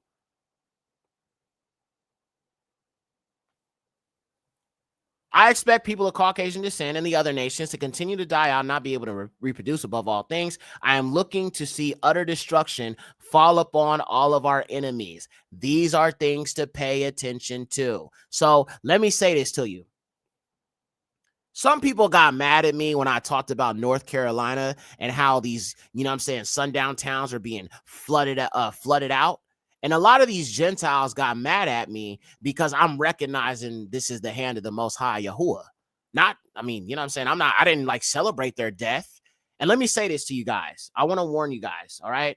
The Most High put this on my heart to make this clear to you guys. When the destructions of our enemy starts happening, do not rejoice at it, okay? Do not rejoice at it, okay? Don't celebrate it. Don't laugh about it. Do not do that, all right? Now, when I say rejoice, I don't mean like saying, oh, our Father's fighting for us, praise the Most High. I'm not saying that's wrong. I'm just saying, ah, ha, ha, he got them, ah, ha, ha, you dirty, shaggy. Don't make fun of them, okay? Don't make fun of their misfortune. Okay, do not do that. Just, you know what I'm saying? You can praise the Most High, thank him for fighting for us, but do not rejoice at what is happening to them. Okay, don't do that, because that takes away the sense of being humble and humility and all of that, right? We know the Father is fighting for us, but we don't want to become like them. Because remember how Edom, they made fun of us when we were being dragged away into Babylonian captivity. Esau, he laughed at us, right? When we were, being dragged off by the Gentiles, when they ransacked the city, the Babylonians, you remember that? And Yahuwah said, you should not have looked upon your brother in the day of his distress. Don't be like Esau, okay? Don't be like him. Now, like I said, praise the Most High. If he's fighting for us, he's fighting for us. But do not rejoice at their downfall. Do not do that. Keep your eyes on Yahuwah. All right? Just saying. All right. Just wanted to say that. Okay. Let's keep going. Yahuwah does not say exactly how he will judge these nations or how exactly he will deliver us. But it'll be much bigger than the first Exodus, considering our forefathers were all in one nation, but he has to gather his children from all around the world. It will absolutely be supernatural. I 100% believe that. I've had people tell me, Xer, it won't be supernatural. How? How can it not be? How can it not be? How would anyone be able to know it's him if it's not extremely supernatural? Something the government isn't capable of doing. Something that man cannot claim as having the ability to do. Yahuwah can be bad all by himself. He don't need no man's help. I'm just saying. Let's keep going. Now, let's look at scriptural proof for the second Exodus and why I believe in it. And that's easy. Kazun, Revelations 12. First off, I believe we are currently in Revelations 12. The dragon is angry with the woman. That woman is Yasharal. We talked about this in the last Shabbat teaching. The woman is Yasharal. The dragon is Edom / Satan. Because in the end times, Hashatan is going to work specifically through Esau. Okay?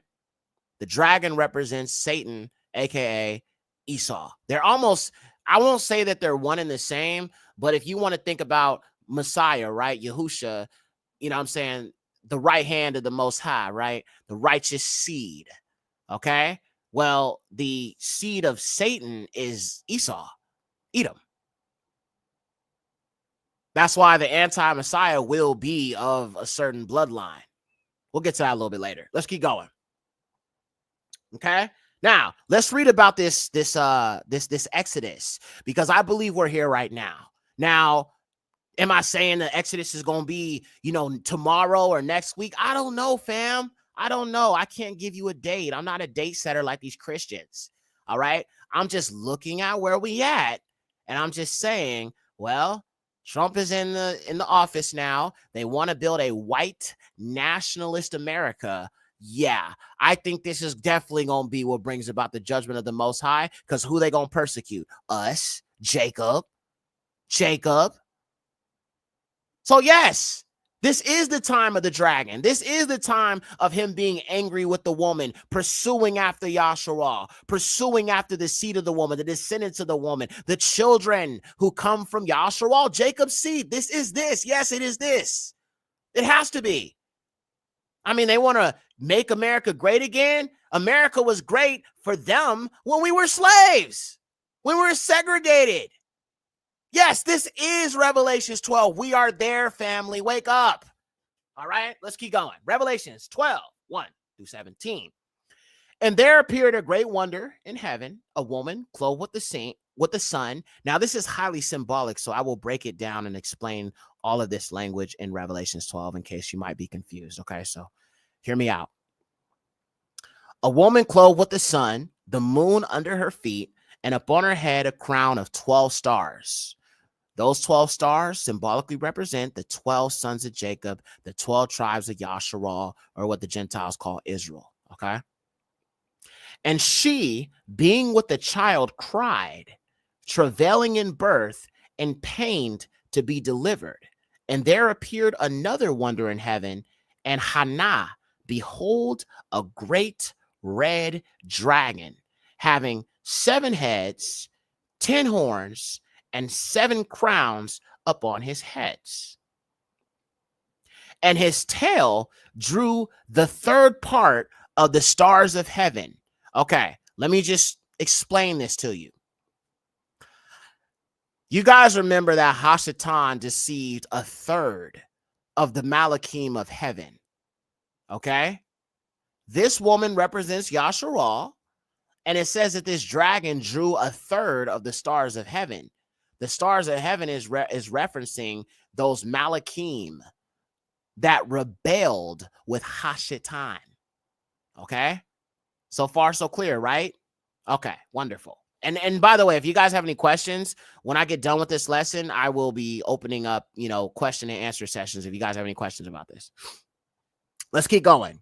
And did cast them down to the earth. So remember the fallen Malachim cast down to the earth. Satan kicked out of heaven and a third of the angels went with him. Okay. All right. Just making sure we all caught up here. Okay. And the dragon stood before the woman, which was ready to be delivered to devour her child as soon as it was born. And she brought forth what? A male child. Okay. Now, this symbology right here, the symbolism of all this, it proves to you that Yahusha is of the Israelite stock.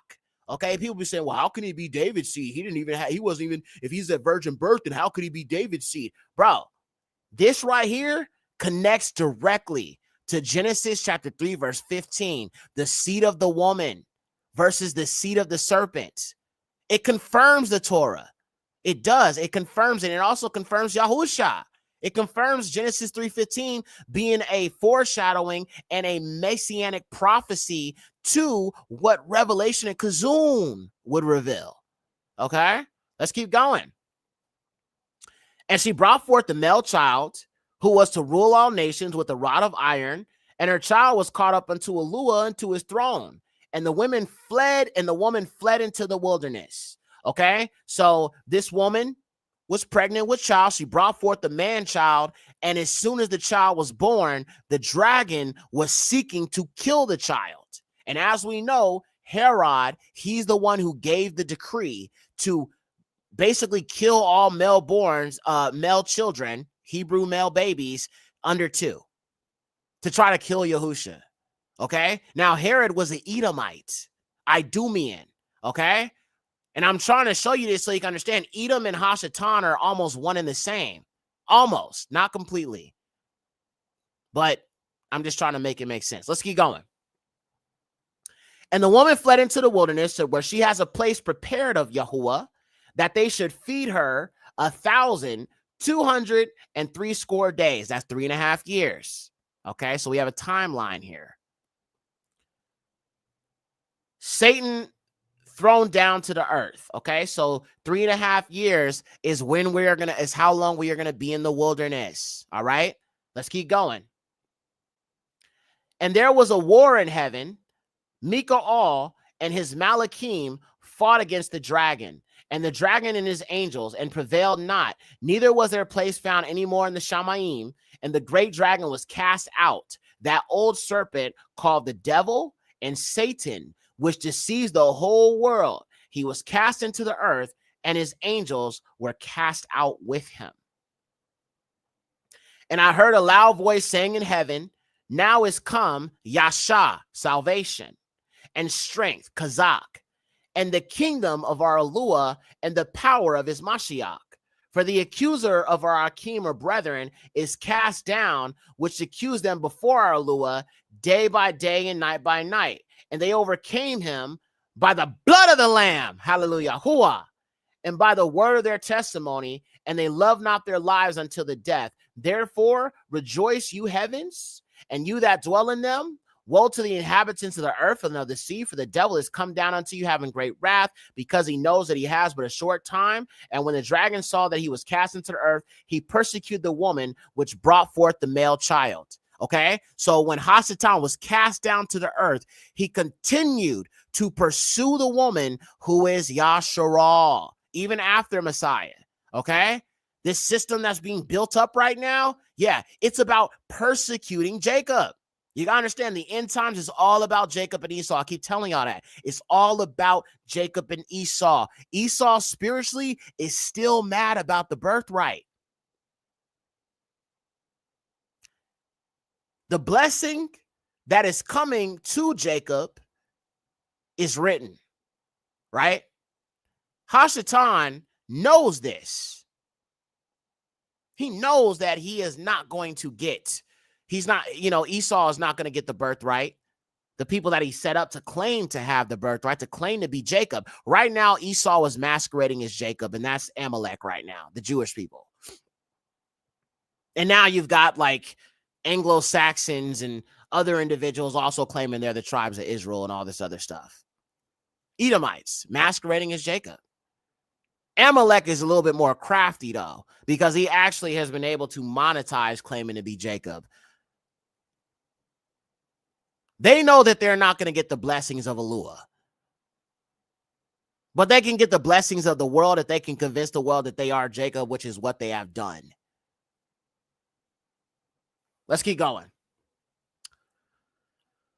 Therefore rejoice, you heavens that dwell in them. Woe to the inhabitants of the earth and of the sea, for the devils come down unto you having great wrath, because he knows that he has but a short time. And when the dragon saw that he was cast into the earth, he persecuted the woman which brought forth the male child. So Hashatan's purpose has been always to persecute and pursue after the children of Yasharal, which is the woman. Okay? The same tribe, the same woman, the same people from which Yahusha, Hamashiach, comes. Okay, let's keep going. And to the woman were given 2 wings of a great eagle, that she might fly into the wilderness, into her place where she's nourished for a time. Pay attention, a time, a times, and half a time.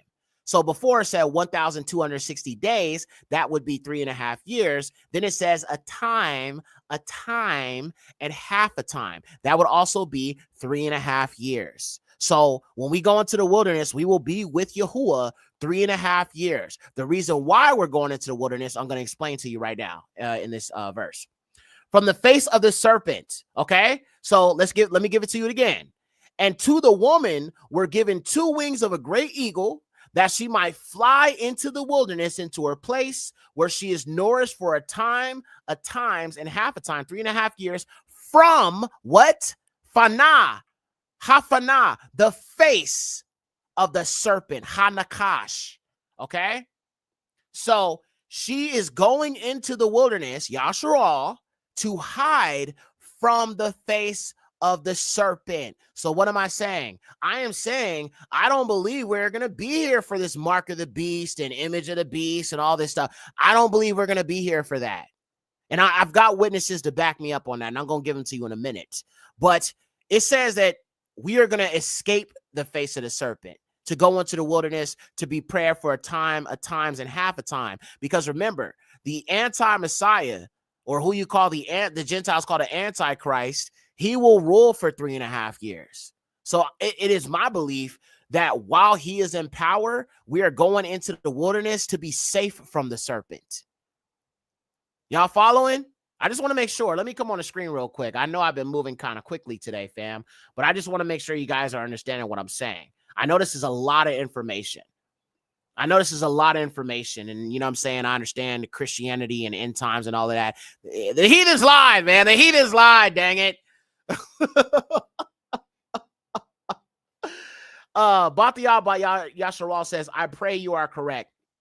Sis, let me say, beloved sister, I do believe I am. Now, let me say this, family.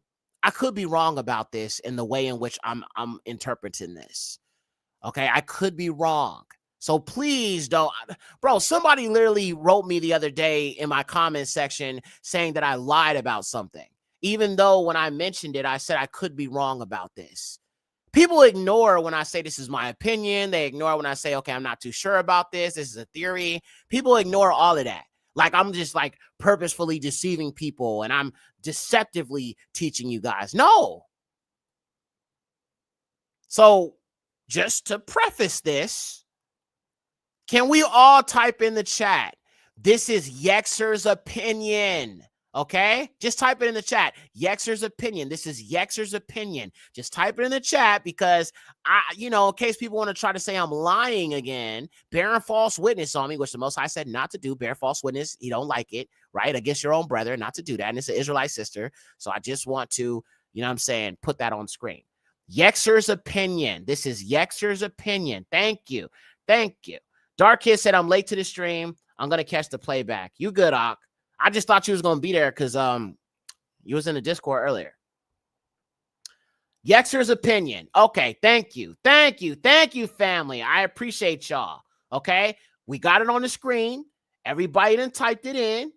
Praise the Most High. Yada Yahuwah Yahusha. Okay, cool. We all have that there. Thank y'all for backing me up on that. So when people come here and say, well, you was wrong, we got the replay. We can go back, look at the comments. All praises to the highest. Okay, wonderful. Okay, cool. So this is my opinion, fam. But I don't believe we're going to be here. Now, y'all know that me leaning towards something or me believing something, I definitely have scripture to back me up on this. And this is why I'm leaning more towards this. But again, we know the Gentiles have added leaven to the scriptures. We know they have. There was a Aki, a Yahudi brother that I saw. He was talking about the bloodlines and stuff like that and the fallen and stuff. And he was talking, he also talked about like the book of Daniel. And he also said that he believes that Revelations or Kazun could possibly not be in chronological order. Okay. So maybe it's fully true, right? But it's just that they have rearranged the prophecies to make you think that this is happening when it's not, or it's already happened, or it's supposed to happen later on. You know what I'm saying? It's just a lot of confusion because of these Gentiles. You know what I'm saying? That's what I'm saying, man. Like, Why would I ever go back to listen to them? I'm just saying, they're the ones that lied so much. But anyway, now, like I said, I have some witnesses I want to show you guys to why I'm kind of leaning more towards that theory. So let me pull it up. So let's go over here. Okay, so let me jump over here. Where did I leave off at? Okay, we read that. She brought forth the man-child, persecuted. She was given 2 wings of great. Okay, 2 wings of a great eagle. She would be in the wilderness for 3.5 years from the face of the serpent, and the serpent cast out of his mouth water as a flood. Okay, so we are gonna want to leave. It's gonna be time to leave, and the serpent will pursue us with some kind of way that he's gonna try to stop us from leaving. Okay. Now, considering the fact it's mentioning a flood, I feel like that gives credence to my opinion about how we're going to leave. I believe personally it's by boat. No, not slave ships. We came here in slave ships, but I believe we are leaving here in cruise ships in style. Okay. Now, the reason why I believe this is because I have a scriptural witness I'm going to be showing you later in regards to that, but also because it mentions a flood. Okay. Him casting out a flood after us and the earth swallowing up the flood waters. Okay. So, I mean, that could be symbolic. I don't know. I'm just, like I said, it's just my opinion. So it says, and the serpent cast out of his mouth waters of flood after the woman, that he might cause her to be carried away of the flood. And the earth helped the woman, and the earth opened her mouth and swallowed up the flood with the dragon cast out of his mouth. And the dragon was wroth and angry with the woman, and went to make war with the remnant of her seed, which guard the commandments of Eluah and have the testimony of Yahushua Hamashiach. Okay. Now, notice the scripture mentions the birth of Yahushua HaMashiach, who gave the decree to kill the young males in Yahudah, Judea. Herod the Edomite did. Esau and Hashatan are one and the same, almost one and the same. And Donald Trump, hair slicked back like Donald Duck, is Edom. Matter of fact, hold on. Let me show y'all a video about Donald Trump, since we're talking about hair slicked back like Donald Duck. Let me,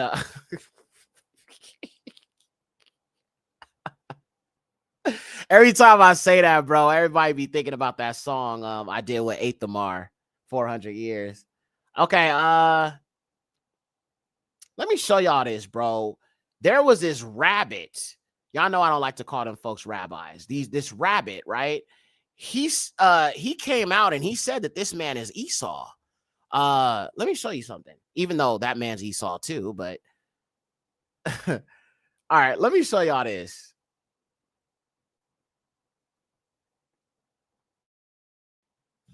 I believe he will turn America from Yahweh to Yahweh, because everything he says indicates that he's going to really be a tremendous president of the United States. Tremendous. He's going to stand up to all the nations of the world. He's going to side with Israel when he realizes that they cannot make peace with Israel, as I've said before, because it's theologically impossible. He is the first sitting U.S. president to visit the holiest site in the Jewish faith. He, I believe, is the Mashiach of Edom. The Mashiach is nothing more than an anointed one, right, that completely reverses the order of something. Trump, I believe, is the Messiah of Edom, of Esau.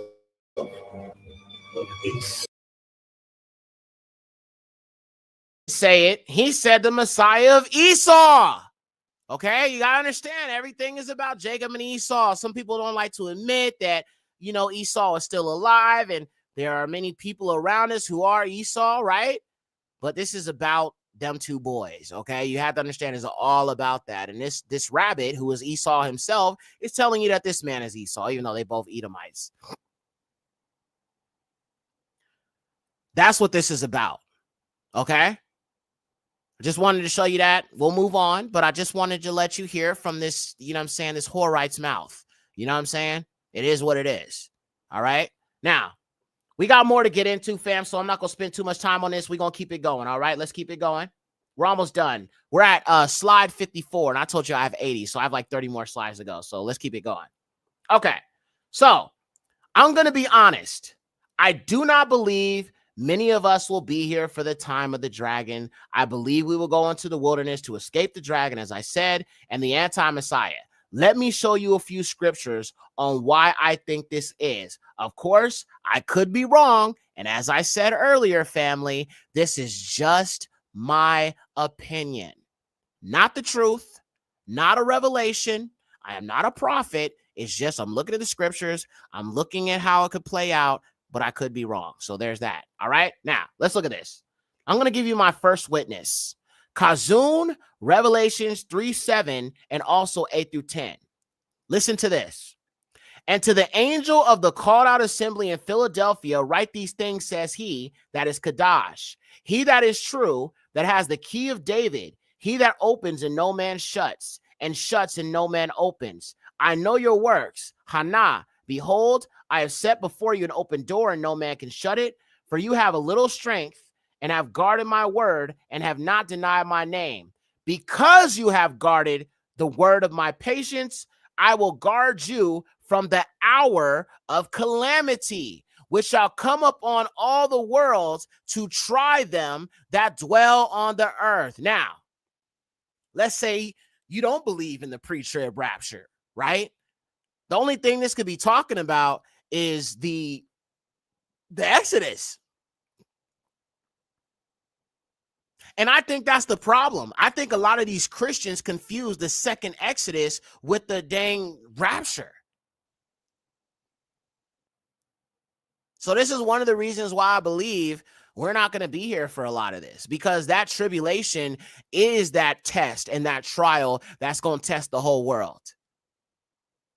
But his chosen, we are not of the world. Why will we have to go through it? I mean, we aren't already dealt with 400 years. I'm just saying, maybe it's for the Gentiles. I mean, that's kind of what I feel. But I got a few more witnesses. Let's keep going. Also, Luke 21:34.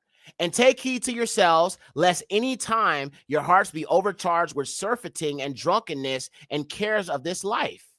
And so that day come upon you unawares, for as a snare shall it come upon them that dwell on the face of the whole earth. Watch you therefore and pray always, that you may be counted worthy to escape all these things that shall come to pass and stand before the Son of Man, the son of Adam, Ban Adam. So these things that are to come, okay? These things that are to come, that to me sounds like the tribulation. This is Luke 21:34. 10 verses before this, and 21:24. And Luke 21:24, 10 verses before this, Yahusha talks about the time of the Gentiles and us going into captivity. So if 10 verses before this, he talked about us going into captivity and these Gentiles being in power until the time of the Gentiles being fulfilled, it wouldn't make sense to me personally, from my personal perspective, why we would also go through the tribulation. But I still have a few more sources I want to show you, more witnesses I want to show you why I feel this way. Let's keep going. One thing I want to make clear, though, there is no pre-trib rapture, okay? That's false Christian doctrine, all right? That's easy to disprove. Mark 13:24-27. But in those days, after that tribulation, the sun shall be darkened, the moon shall not give her light, and the stars of the Shamaim shall fall, and the powers that are in heaven shall be shaken, and then shall they see the Son of Adam, Ban Adam, coming in the clouds with great power and esteem, and then shall he send his angels and shall gather together his elect from the four winds, from the uttermost parts of the earth to the uttermost parts of Shamaim, heaven. Now, notice right here, it doesn't say gathering his elect from the four corners of the earth. Notice it does not say that. The reason why I believe this, the reason why I believe it doesn't say the four corners of the earth is because, again, we are going into the wilderness to escape the dragon, right? Yahuwah, the Most High, will gather us from all the places we are. We will go into the wilderness for the 3.5 years. After that 3.5 years, we will go into the kingdom. Then Yahusha comes. Okay? That's, like I said, that's the timeline I'm working with. Like I said, I'm open to, you know what I'm saying? I'm not above correction or nothing. If you got a different perspective on it, I'd love to hear it. You know what I'm saying? So we might, if you guys want to call in or you guys have questions or something like that towards the end of the episode, in this show, you know what I'm saying? We'll talk about it a little bit more. Let's keep going. Yahusha's not coming back until after the tribulation. And we know that that is 1,260 days, 3.5 years, a time, and half a time. 3.5 years. Yahusha's not coming back until after the tribulation. He's not coming for no lawless Christians. He is coming for his people, Yasharal, and those who believe in him and accept him. Okay? Let's keep going. Now, I'm going to say this to you, though. I do believe some people will be left behind in these lands and will not make it into the wilderness. The scriptures say some will be martyred and beheaded, okay? But I just don't believe this is all of us, okay? I don't believe it's all of us, but there will be some people left behind for sure. Oh, yeah. I'm going to show you why. Kazun, Revelation 6:9, and when he had opened the fifth seal, I saw under the altar the souls of them that were slain for the word of Alua and for the testimony which they held. So we have people here that were slain for the word of the Most High, that believed in Yahusha.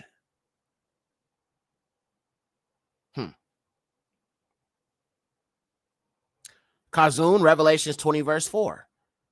And I saw thrones, and they that sat up on them, and judgment was given unto them.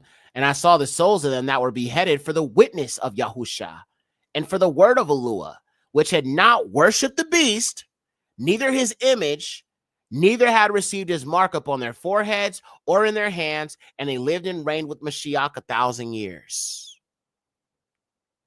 So there will be a group of individuals that will be here that will choose not to worship the beast, not to worship his image or take his mark, and will most likely be martyred. And then, of course, you got the group that does all those things that will be destroyed, right? So we have a bit of a conundrum here, at least for me personally, because I'm trying to understand like how it, and like I said, it could be the confusion because maybe this is talking about a small, bit of people that maybe, what I'm saying, just don't know Yahusha yet, but they're going to learn it in that process. I personally believe that this is going to have a lot to do with people who are still in these religions. Let me come on the screen real quick. We were at 62. Okay. All right. So I believe this has a lot to do with these religions. The reason why I say that is because these religions are all part of this New World Order and this beast system. Essentially, the reason why Yahuwah is going to deliver us from these lands is to escape the New World Order, essentially, right? But everything about this New World Order is just as much as it is technological, just as much as it is spiritual, it is also economic, it is also religious. Because people are literally going to be worshiping the beast. And I feel like that's what opens the door for like Sunday law, you know what I'm saying?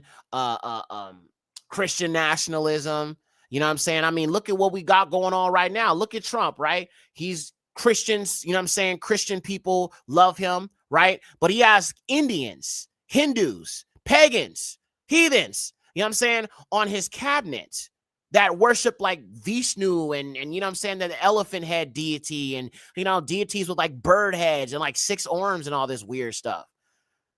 That to me looks like the one world religion, bruh. That's what it looked like to me. And then if you look at the Abraham Accords, which he is behind, as well as Jared Kushner, who was his son-in-law, who married his daughter Ivanka, it's too perfect. It just, you know what I'm saying? It just fits so well. And most people that support him are religious people. who don't even keep the laws, don't keep the commandments, don't believe in Yahuwah, don't believe in Yahusha. It's just Jesus, Jesus, Jesus, Jesus, Jesus. Now, what evidence do I have of this? Well, other than what I just mentioned about the cabinet, also, Trump was like, "Oh, my beautiful Christians, I got to protect my Christians. The Christians are such good people. I gotta trust in the Christians. The Christians are good people. They're very, very good people." I know my Trump impression is terrible, but you know what I'm saying. Y'all get what I'm saying. Christians have, and that's part of the game that they've been playing with Christians' minds. They want Christians to believe that they are so persecuted, right? So persecuted, right? So, Christianity is allowed to be embraced. Okay, billions and billions of followers all around the world, right? You got your white Jesus everywhere. You've got your Chosen series, Passions of JC, won numerous awards and all this other stuff, right? And then they make a joke about JC, and then people are like, "Oh, we're so persecuted." But the name Yahusha is nowhere to be found. People will embrace Yeshua. They'll embrace the name Yahweh. They'll embrace all these other names, Emmanuel. But when it comes to Yahusha, people be ready to go to war with you for that name. It comes to the name Yahuwah, people want to go to war with you for it. But they'll take Yahweh. They'll take Yeshua. They'll take every other variation. But the true name, bro. Like what?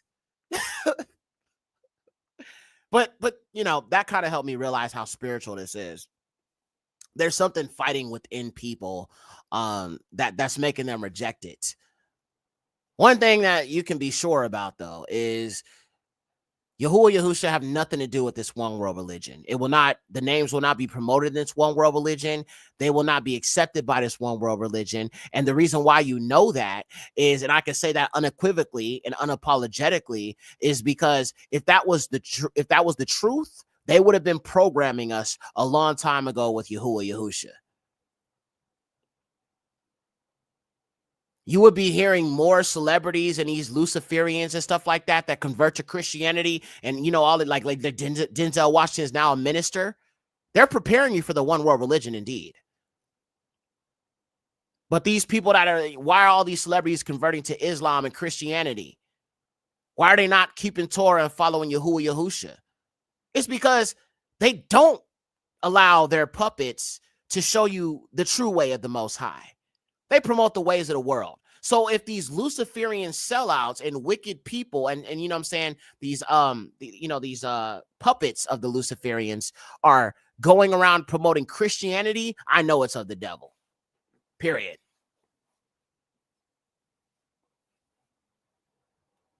Paul said, I believe it's Colossians, if I'm not mistaken. Paul said there's a way that seems right to a man, but the end is destruction. So it's sometimes evil is not so much in your face. It's not so much transgenderism. It's not so much murder. It's not so much, cheating on your wife or whatever. Sometimes wickedness can seem like the right thing to do. That's why Christianity is so dangerous, because it seems like it's the right thing. I mean, we just now learning our Father's name. We are just now understanding the importance of Torah. We are just now understanding the importance of the first covenant, what is in the Torah. We're just now understanding that. Well, not just now. Like some of us have been in this a lot longer. I can't speak for everybody. I woke up in 2019. But all this time, this book that we call the Bible has never been about Christianity. As a matter of fact, it speaks specifically against Christianity when you look at Torah itself, right? But they convinced us this was a Christian book. And it's mainly because we weren't reading it ourselves. But even if we would have been reading it, we didn't have any information to compare it to, right? Because the Roman Catholic Church is the authority over this belief system of what we call Christianity.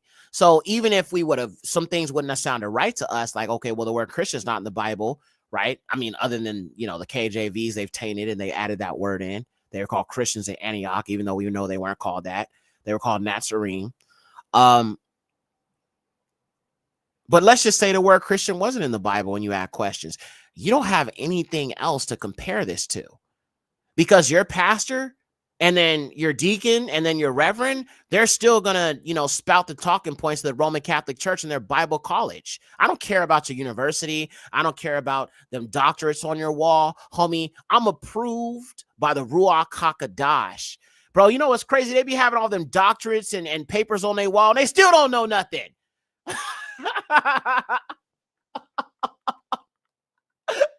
Bro, my pastor, bro. Well, I mean, he ain't my pastor no more.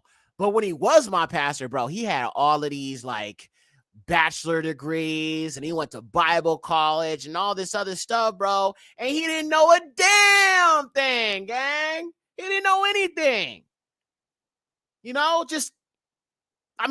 See, they're all taught these things in like these Bible colleges. They're taught how to sing. Well, not sing, but you know what I'm saying? Just like how to preach and how to breathe and breath techniques and you know what I'm saying? How to rile up the audience. And bro, all of this stuff, they're groomed into this. It's not something that they're led by the Ruach HaKodesh and all of that. It has nothing to do with that, fam. They're taught this stuff. That's why I can do it. You know what I'm saying? Because I just grew up in it. You know what I'm saying? Jump on the Hammond, B6 organ, you know what I'm saying? Hit a C chord when you start preaching, right? And then as soon as you start playing that shout music, bro, people will be ready to empty their wallet. I'm sorry. I know that sounds so manipulative, but that's what it is. That is what it is. Okay, let's keep going, fam. Rolanda says, I'm older and we were taught not to question the elders. Beloved sister, my mother told me the same thing, bro. And that's why I was asking my mother, like, mother, this doesn't make any sense.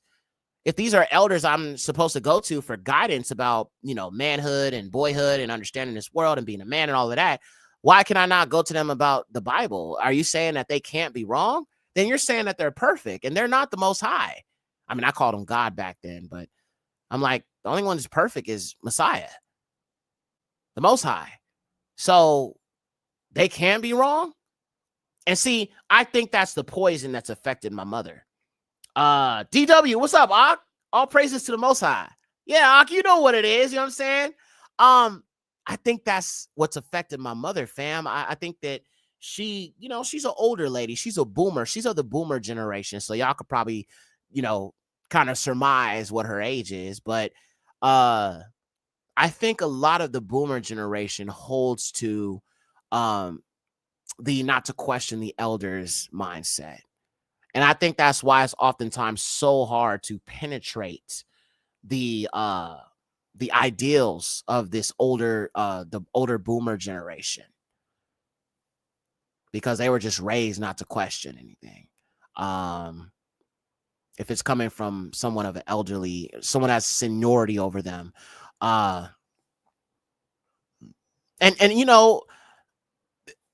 like I even remember as a child. I always been a person that asked a lot of questions, and I was always told, Yexer, just be quiet. Why do you ask so many questions? You don't question me. I'm an adult. And I agree. I don't think a child has a right to question an adult, right? Especially when you're making a decision for your child as a parent. But I think if a child is genuinely trying to understand why you do something, I do think that they have a right to know. Yes, definitely. You know what I'm saying? If you're trying to make it make sense to them, I do think that you should be able to explain it. Like, I'm just going to give you guys a quick example. I remember the first time my mother took me to the polls to vote. And I remember on, it was during the time that, they had the little commercials and stuff like that during the politics thing and everything. And then, they had the commercials, I am this person. I approve this message. So my mom wanted to vote for the Democrat, but I was more impressed with the Republican guy. And I said, Mommy, why do we vote Democrat? Like, what's so great about Democrats? And she didn't even know what to say. She didn't know what to say. She was like, well, it's just, we just do it because it's just a family tradition. We just do vote Democrat. I'm like, but have you ever actually voted Republican before? And she's like, no, we just don't do that. And I'm like, Mom, so why do you do it then? And she's like, yes, sir, just be quiet. And that's why, she gets irritated with me because I ask too many questions, way too many questions. So the whole mindset of not being able to question your elder, to me personally, is foolishness. We go to elders for understanding. We go to elders for advice. We go to elders for guidance and leadership and all these things. So why can I not ask you a question? That doesn't make any sense. That doesn't make any sense. It doesn't. Truly, it doesn't. It really doesn't. We go to the elders for wisdom. We go to them for knowledge. So I'm going to ask questions. I mean, if I have a question, it's not because I'm trying to test you or not. It's because I'm generally trying to find something out. But we have to put that to rest. Yeah. She just like Yexer, just, put a cap on it. Put a sock in it is what they used to say. The old school, you're like, put a sock in it. Button it up. Man. I should know. I should know. Okay, fam, we're going to keep going. Bianca, hey, sister, Shabbat Shalom. Oh, inquisitive young Yexer, you are destined to grow in wisdom. Asking questions is how you learn. Yes. And grow your intelligence. So that's how you have wisdom at an older age. Yes, sister. Ask so many questions. Very, very inquisitive. And I always got on people's nerves because I ask so many questions because I'm really trying to understand something. But if you can't explain it, in full to help me understand, I'm wondering if it's something you need to be so passionate about where I can't question it. I'm just saying. Okay, fam, let's keep going. Stay in a child's place. Yes. And like I said, Queen Raya, listen, I totally, rock with that, right? Like, I do believe children have a child's place. And when it comes to an adult, you have to establish the standard and the difference and the separation between you and a child. Okay. I do believe a child needs to stay in a child's place, but in the context of voting, right? I felt like that was a perfect opportunity for my mother to explain why she votes Democrat. But the reason why she couldn't explain it is because she don't even know why she does. She just does it because it's tradition. And that's part of the problem. You know what I'm saying? I'm not like that. I don't just follow the crowd. I don't just do what everybody else does. Everything to me, I don't know. Maybe I look too deep into stuff. I kind of got a knack for that, unfortunately. Okay, fam. Fam, we'll talk a little bit more. I want to get through this. We're almost done, family, okay? I promise we can hang out a little bit after this lesson, but I've still got about 28 more slides, so let's just get to it, okay? Please hit the like button if you haven't. Appreciate y'all. All right, so let's get back to this, fam. All righty. So we looked at, there is no pre-trib rapture. There is a second coming. Now, let me be clear. I believe in the second coming, Yahushua HaMashiach, but he's only coming one time, okay? To say that there's a pre-trib rapture where it says that JC is going to come before the tribulation to take the Christians, right? Then he's going to come back a second time, towards the end of it, to people who don't take the mark of the beast to come redeem the people who didn't take it. Come on, bro. How many times do we got to keep coming back? Like, come on, dude. It don't even make no sense. So we also looked at Revelation 6:9, and we also looked at Revelation 20, verse 4. And it does mention that there will be people who will be martyred, okay? And I talked about how I believe it could be mostly people caught up in these religions, and at some point they're going to figure out that their religion ain't the way. Now, so those are my reasons as to why I believe that we're not going to be here for that. But I want to show you something else, all right? We're going to look at some more of these scriptures about the Exodus, and I'm going to talk a little bit more about the second Exodus now that we kind of have an understanding of all of this, okay? So let's continue on. Now, let's look at some more of these scriptures concerning the second Exodus and what you can expect from it and what you need to know. All right. This is another witness I can use to prove there's an Exodus, but also why I don't believe we're going to be here for all of this end time stuff when it comes to the mark of the beast and the serpent and all of that. This is Yaram Yahu, Jeremiah 16, 14 through 15. Therefore, Hana, Hayum, behold, the days come, saith Yahuwah, when they shall no more say Yahuwah lives, that brought up the children of Yasharal out of the land of Egypt, but Yahuwah lives, who brought up the house of Yasharah from the land of the north and from all the countries, whether they were thrust out, and I will restore them to their own land, which I gave to their fathers. Okay, so this is another witness about this regathering. Like I said, whether you want to call it second Exodus, regathering, whatever you want to call it. If Yahuwah scatters, Yahuwah will gather. All right, let's keep going. Jeremiah 30, 7 through 8. All right. Now, listen to this.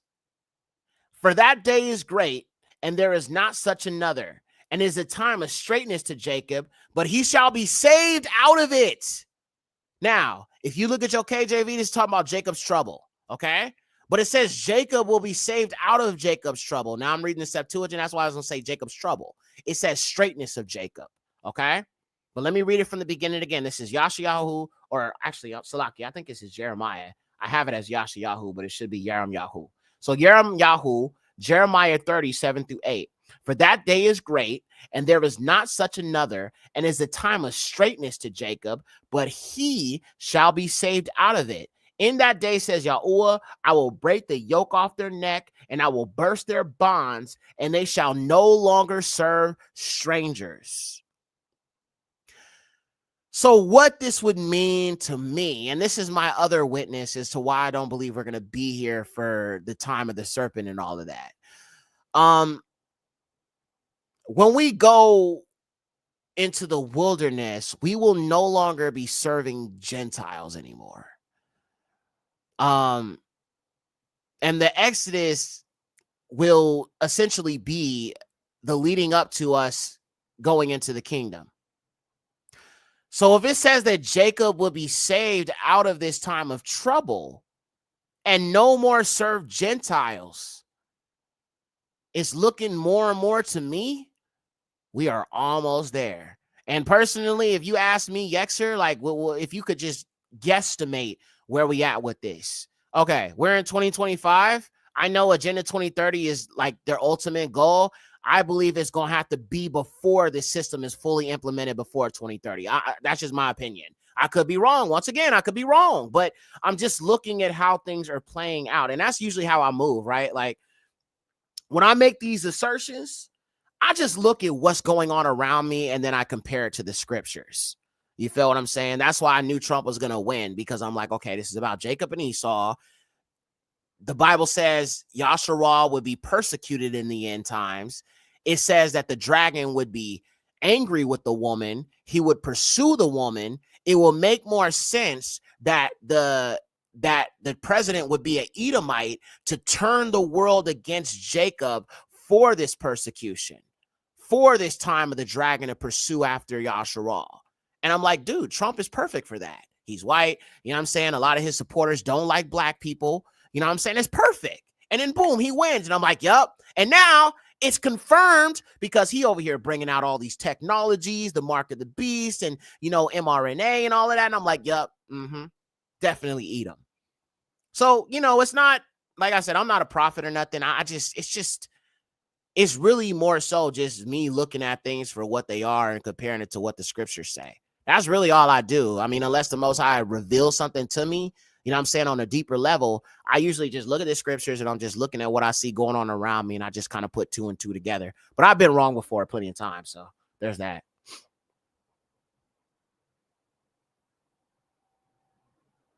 German. Yep. And we have another, actually, family. I'm glad somebody brought that up. Matt, what's up, Ak? We're going to be doing a study this week, talking about the German people, because I done found some interesting stuff about them. So we'll save that for next week. I don't want to get too ahead of myself, but yeah. Do you think we have to go through the Civil War first, Ak? Sir, you know, Ak, Bino, I'm not sure. I do believe it's coming. Oh, indeed, for sure. But I don't think it'll be in the way that the movies predict. I believe, okay, let me just say it like this. I'm going to say it to you like this. These ICE agents are a cover-up for militarial police state. Let me just say it like that, if it makes sense to you. Deporting illegals is all just a cover for a police state, a totalitarian, dictatorial police state. That's really what this is. It's not about illegals. It's not about Hispanics and them stealing all the jobs. That's just a cover story. This is really the police state, the totalitarian surveillance state of the New World Order, the 1984. This is it. They want you to think it's about illegals. They want you to think it's about Hispanics and Asians and Haitians and all of that. I mean, you know, and there's two sides to it, because it's really, one, it's about the police state, it's about the surveillance state, but it is also about, you know, if we can get rid of anybody that's, you know what I'm saying, Jacob, right? So it's multifaceted ultimately, but I feel like they're actually really just setting these things in place for whatever is about to go down, which is happening. Things are happening very quickly. So y'all be careful out there. And at some point this week, I told you guys that I promised you guys I would do a series on surviving the end times. I think I'm going to call it Surviving Edom. So sometime this week, family, I will do a video on that as well. And I'm going to just kind of walk you guys through how to prepare for these times we're in, this season we're in. Very interesting times. And I think that we Negroes and, you know, grafted in Gentiles need to just understand where we are right now biblically and how to prepare.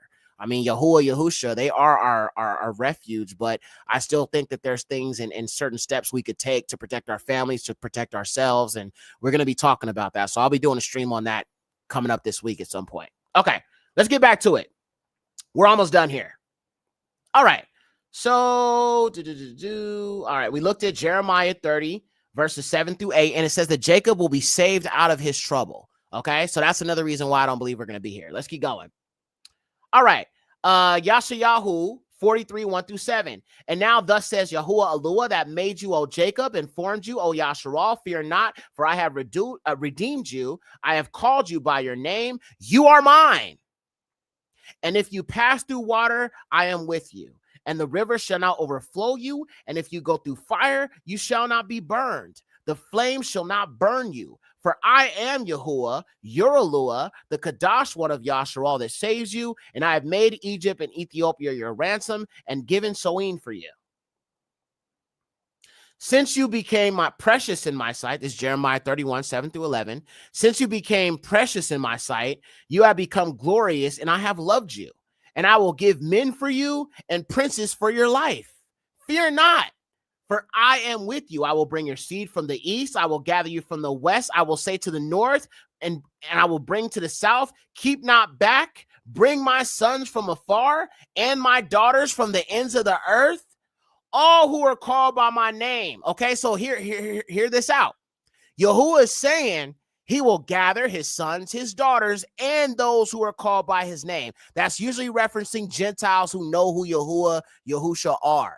Okay, so Yahuwah is saying here that he will gather us. He tells Jacob, I will bring your seed from the east, from the west. I will go to the north and to the south and say, keep not back, bring my sons, bring my daughters, and those who are called by my name, the Gentiles, okay? For I have prepared for him my esteem, and I have formed him, Jacob, and I have made him. So it doesn't matter where we are, all right? We are all going to be gathered, all right? Now, I think, like I said, I think the people who will probably be left behind, are people who just never embrace this fully. I don't think the people who keep his commandments are going to have to worry about the dragon.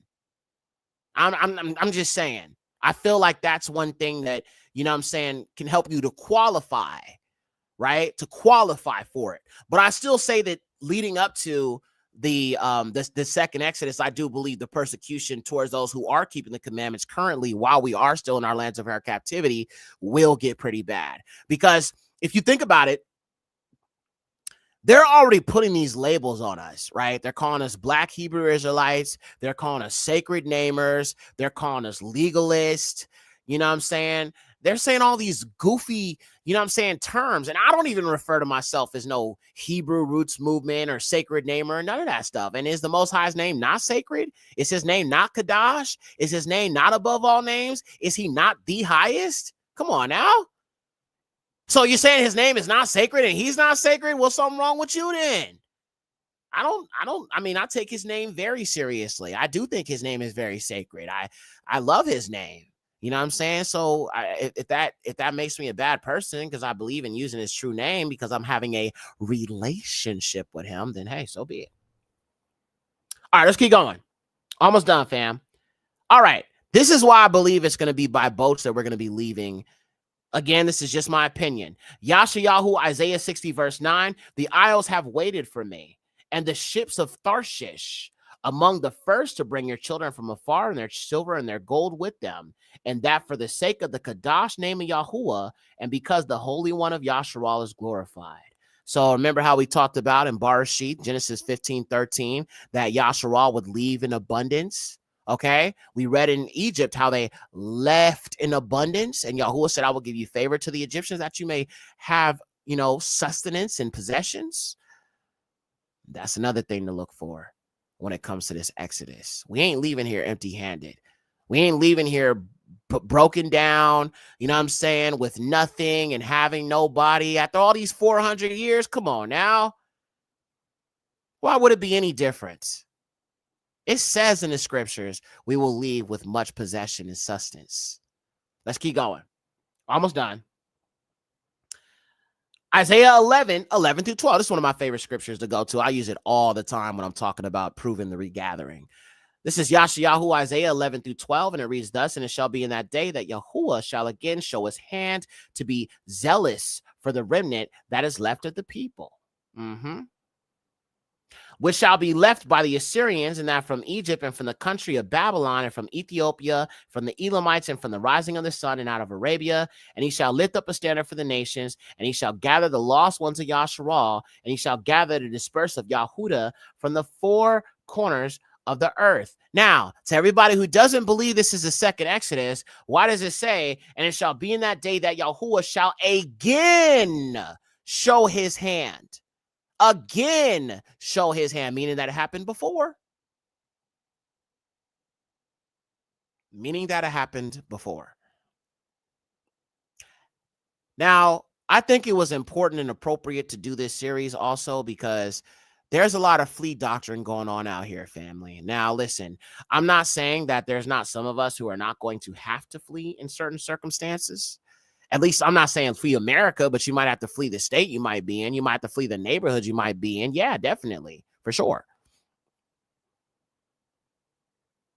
But as far as leaving this country, I think you need to be very, very careful if you are not led by the Father. Because when you're led by him, you have his protection, right?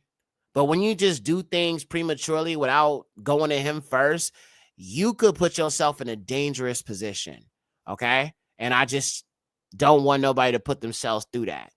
You know what I'm saying? If the Father ain't led you or told you or did anything to lead you to do that, then don't do it. Because a lot of people are telling you need to flee right now. And listen, if they really love the Most High, they would tell you, why don't you take it up with your Yahuwah first? If they really, really love the Most High and have reverence for the Most High, they would tell you, how about you take it up to the Most High? Don't listen to me. I'm telling you, don't listen to me. Go take it up with Yahuwah. If he don't tell you anything, then obviously it's not something you need to be doing. But whatever decision you make, as far as what's best for your family, what's best for your children, what's best for your household, you always have to take it up to Yahuwah. Always. Before me, before anybody. All right? I'm just saying. Now, let's keep going. 70. Jeremiah 31, 7 through 11. For thus says Yahuwah to Jacob, rejoice you and exult over the head of the nations, make proclamation and praise you. Say Yahuwah has delivered his people, the remnant of Yasharal, Hana. Behold, I bring them from the north and will gather them from the end of the earth to the feast for the Pesach. Now, this is a very interesting thing to pay attention to now, okay? So family, if you can, write down Jeremiah 31, 7 through 11, okay? Yahuwah says, let me give it to you again. I highlighted it in red for you. I bring them from the north and will gather them from the end of the earth to the feast of the Pesach, the Passover. And the people shall beget a great multitude, and they shall return hither. So what is this telling you? This is telling you by the time we go back with Yahuwah, it will be in time for Pesach. So then we have to ask ourselves, could it be this Pesach? Now, I'm not telling you it is, but I'm looking at the verse in the Septuagint, which is the most accurate translation of the scriptures. And our Father, our Alua, said he would gather his people from the ends of the earth and from the north in time for Pesach, which is very similar to the first Exodus. You remember how they had Pesach first, then came the Exodus? Well, this time he's bringing us out of the land in which we were scattered, the land of our captivity, to bring us to him for Pesach. Almost kind of like when he was telling the Pharaoh to let his people go so we could go, you know what I'm saying, keep his feast. You see the parallels here? So that's something to keep in mind. So as we get closer to spring, which is really right around the corner, keep your eyes peeled. Pay attention to what's going on in this world. And I understand, family. Let me come on here real quick. I understand sometimes y'all don't want to watch the news. Y'all don't care about what the Gentiles are talking about and stuff like that. But I'm not saying you need to immerse yourself in this information, but just be aware of what's going on. Don't be, you know what I'm saying, turning your TV off and not at least keeping yourself abreast of what's going on. Now, obviously, you'll have people like me, Brother Yacoba, Pastor Rick Fletcher, Truth Unedited, other individuals that are, you know what I'm saying, talking about these things, bringing it to your attention. But, you know, just make sure that you're keeping yourself informed in case maybe I might not see it, or maybe I miss it, or maybe I don't have a chance to go live about it, or whatever the case might be. Just make sure you are aware of these things. That's all I'm saying. So we see here, family, Yahuwah mentions that by the time we go back with the Father, we will be celebrating Pesach with Yahuwah. Let's keep reading 9. They went forth with weeping and will bring them back with consolation, causing them to lodge by the channels of water in a straight way, and they shall not err in it. For I am become a father to Yasharal, and Ephraim is my firstborn. Hear the words of Yahuwah, you nations, and proclaim them to the islands afar off. He that scattered Yasharal will also gather him and keep him as one that feeds his flock. Hallelujah, Yahuwah. Praise the Most High Yahuwah. So that gives you a little bit of a timeline here, fam. That gives you a little bit of a timeline now. Spring. And, you know, and the thing is, it could be way before spring. It could be like tomorrow or something. But when I look at this, what I see is that it'll be in time to, you know what I'm saying, do the Pesach. It could be a day before, 2 days before, 5 days before, 7 days before, a week before, 2 weeks before, whatever. The day before, who knows? You know what I'm saying? But I know with me, I'm going to be looking for judgment, and I'm also going to be paying attention to spring as it starts to creep around the corner, because January is, you know what I'm saying, is gone. We in Feb now. All right? Soon as we get into that March territory, soon as we get into that March threshold, kind of like towards the mid-March going into April, we jump into that spring season.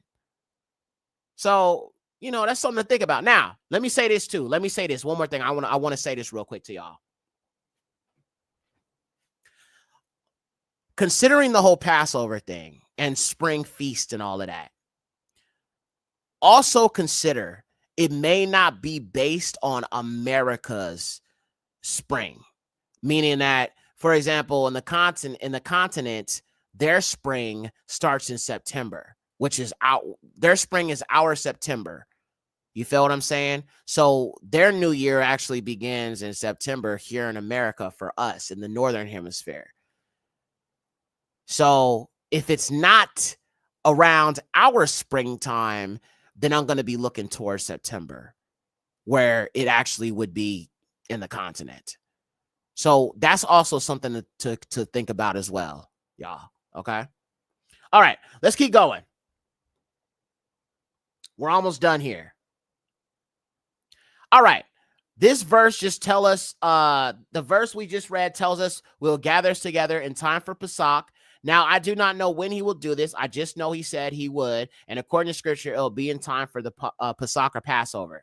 Now that we have scripture to support for the second Exodus, let me show you what to expect. All right, fam, we're going to bring it home. What can you expect when we go into the wilderness? I'm going to explain all that to you right now. Yakaza call Ezekiel 20, 33 through 44. Therefore, as I live, says Yahuwah, I will reign over you with a strong hand and with a high arm and with outpoured wrath. I will bring you out from the nations. I will take you out of the lands where you were dispersed with a strong hand. So listen to me. Don't you let nobody tell you to flee. Okay? He will deliver us. I keep telling people this all the time. I don't know how you can ignore these scriptures. There's so many of them, I'm just saying. I will bring you out from the nations and will take you out of the lands where you were dispersed with a strong hand and with a high arm and with outpoured wrath. And I will bring you into the wilderness of the nations, and I will plead with you there, fana hafana, face to face, as I pleaded with your fathers in the wilderness of the land of Egypt. So you notice this is not talking about the wilderness during Egypt's time. This is talking about the second Exodus, family. Yakazakal, Ezekiel is a prophetic book, right along with Yashayahu, Yahu, Azara, Ezra, all of them. This has not yet happened, but let's keep reading. I will plead with you there face to face as I pleaded with your fathers in the wilderness of the land of Egypt. So will I judge you, says Yahuwah, and I will cause you to pass under my rod, and I will bring you in by number. Okay? Now, this is going to talk about something I notice a lot of people don't talk about when it comes to the second Exodus, and that's the purging. And I will separate from among you the unrighteous and the revolters, for I will lead them forth out of their place of sojourning, and they shall not enter into the land of Yasharal. So what is Yahuwah saying? He going to purge out anybody. Now, in this context, he's talking about Gentiles. That's why he says sojourner. Okay, strangers that sojourn with you, meaning Gentiles who ain't truly cleaving. Now, give me a one if I've been telling you there's going to come a time where Yahuwah is going to reveal who is truly cleaving and who is not. Give me a one. Give me one if y'all remember me saying that. I've said it actually a few streams. Dark Kid says, what do you think about Ibrahim Traor? I think he's legitimate, but I don't know. Okay, y'all do remember me saying that. Okay, wonderful. All praises to the highest, Yahuwah. Okay, so y'all do remember me saying that. Okay, good. Just as it was before, do not let any of these Gentiles, when we go into the wilderness, just word to the wise, family, do not let them irritate you, get you upset, or anything of that nature, okay? Because a lot of them are going to be provocateurs, just like the mixed multitude was. It'll be just like it was. I mean, the Bible says nothing new under the sun. Just like our people were murmuring against Yahuwah, tempting Yahuwah, constantly complaining against Yahuwah, our people are going to do the same thing when we go into the wilderness. Just like you had provocateurs and, people that were telling our people, oh, well, we should have just, went back to Egypt. I mean, you were better off there anyway. You don't have Gentiles doing the same thing. Yeah, adultery, cheating, lust, all of these things is people going, get it out of your system now. And like I said, when you leave Babylon, you need to let everything go that's attached to it. You don't want to keep your heart there, okay? Your heart needs to be with Yahuwah, Yahusha, okay? Once we leave, there's no going back. We with the Father, we good. You know what I'm saying? I mean, keep them in prayer and all of that, but there's nothing you can do for them if they don't go with you when we go into the wilderness. We got to keep our focus on Yahuwah and what he declares of us. And I'm going to walk you through what we're going to do when we get there. Let's keep going. And you shall know that I am Yahuwah. There it is again. And as to you, O house of Yasharal, thus saith Yahuwah, even Yahuwah put away each one his evil practices, and hereafter, if you hearken to me, then you shall no more profane my Kadash name by your gifts and by your devices. For upon my Kadash mountain, on the high mountain, saith Yahuwah, even Yahuwah, there shall be all the house of Yasharal serve me forever, and there will I accept you, and there will I have respect to you for your first fruits, and the first fruit of your offering, and all your Kadash things. Now, first fruits, that's going to be the 18th day of the first month.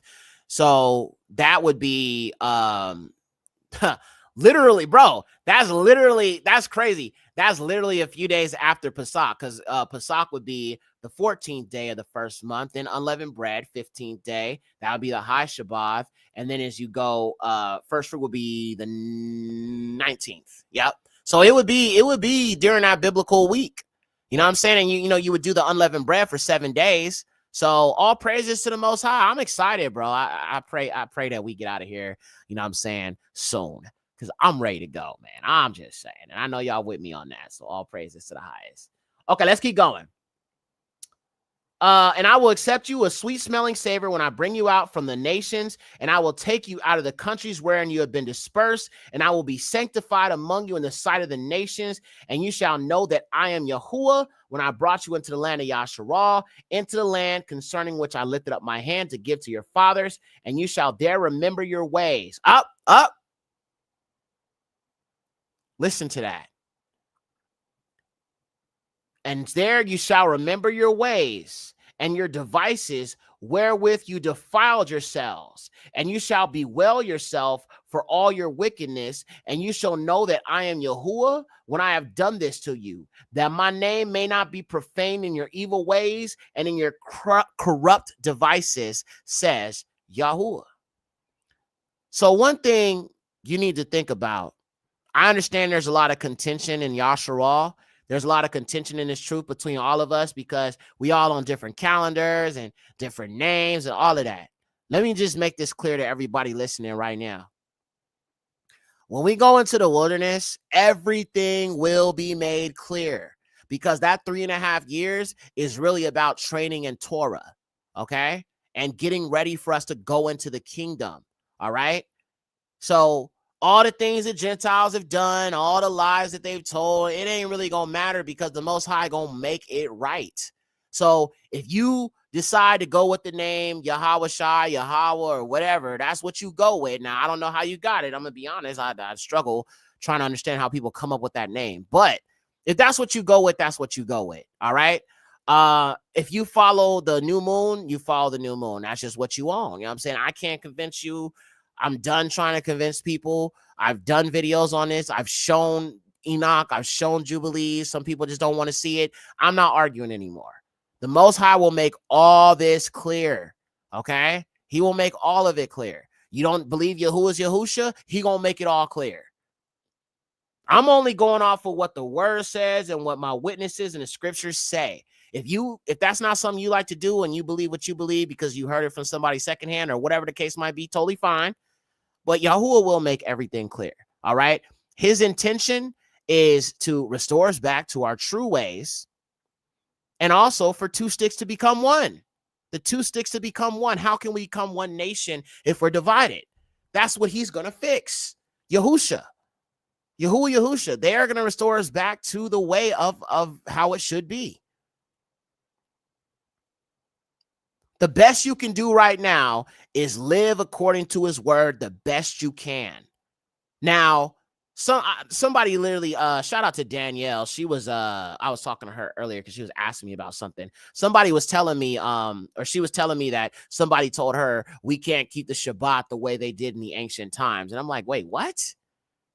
Because he's watching this dude and, nothing against the brother, but I just can't watch him because he over here telling people you ain't got to keep the Shabbat. You ain't got to keep the feast days. You ain't got to really keep the Torah because we're saved by the blood of Mashiach.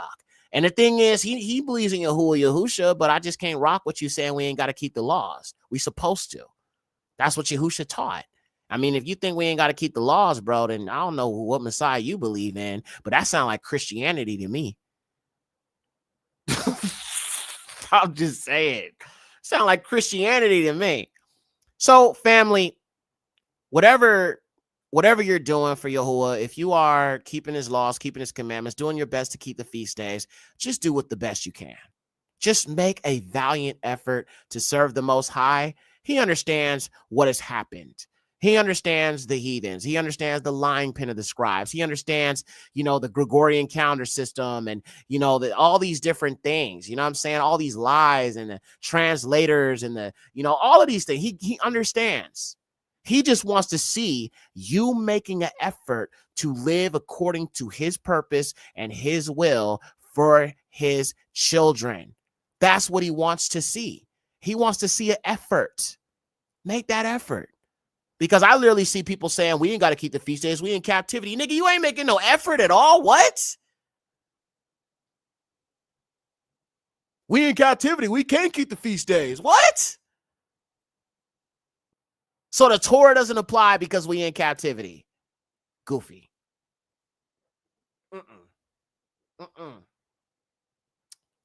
No. We need to be keeping the feast days. We need to be keeping Torah. It is law here. We call it Torah, but it is actually law. His law. Can't have a nation, can't have a society without structure and without law. Especially for a all-knowing, all-powerful, all-righteous Eluah. He demands and he requires obedience and order. I always say this. Y'all hear me say it so many times. Yahuwah is an Eluah of order. And yeah, he does. He searches our hearts. He does. He does. Absolutely. But if we truly love him, we'll go the extra mile for the Most High. As I was saying before, for me, there's nothing too great, too much of a sacrifice that I would never, like, there's nothing for the Most High I would not fully do if he required that of me. I'll throw everything aside for Yahuwah. I've quit jobs because they were trying to get me to work on Shabbat. You know what I'm saying? I remember this first job I used to work at a casino, right? And they wanted me to like get on my knees and like, you know what I'm saying, like wash, you know what I'm saying, like wipe down the stuff. And I was like, listen, I'm not getting on my knees for nobody. No diddy.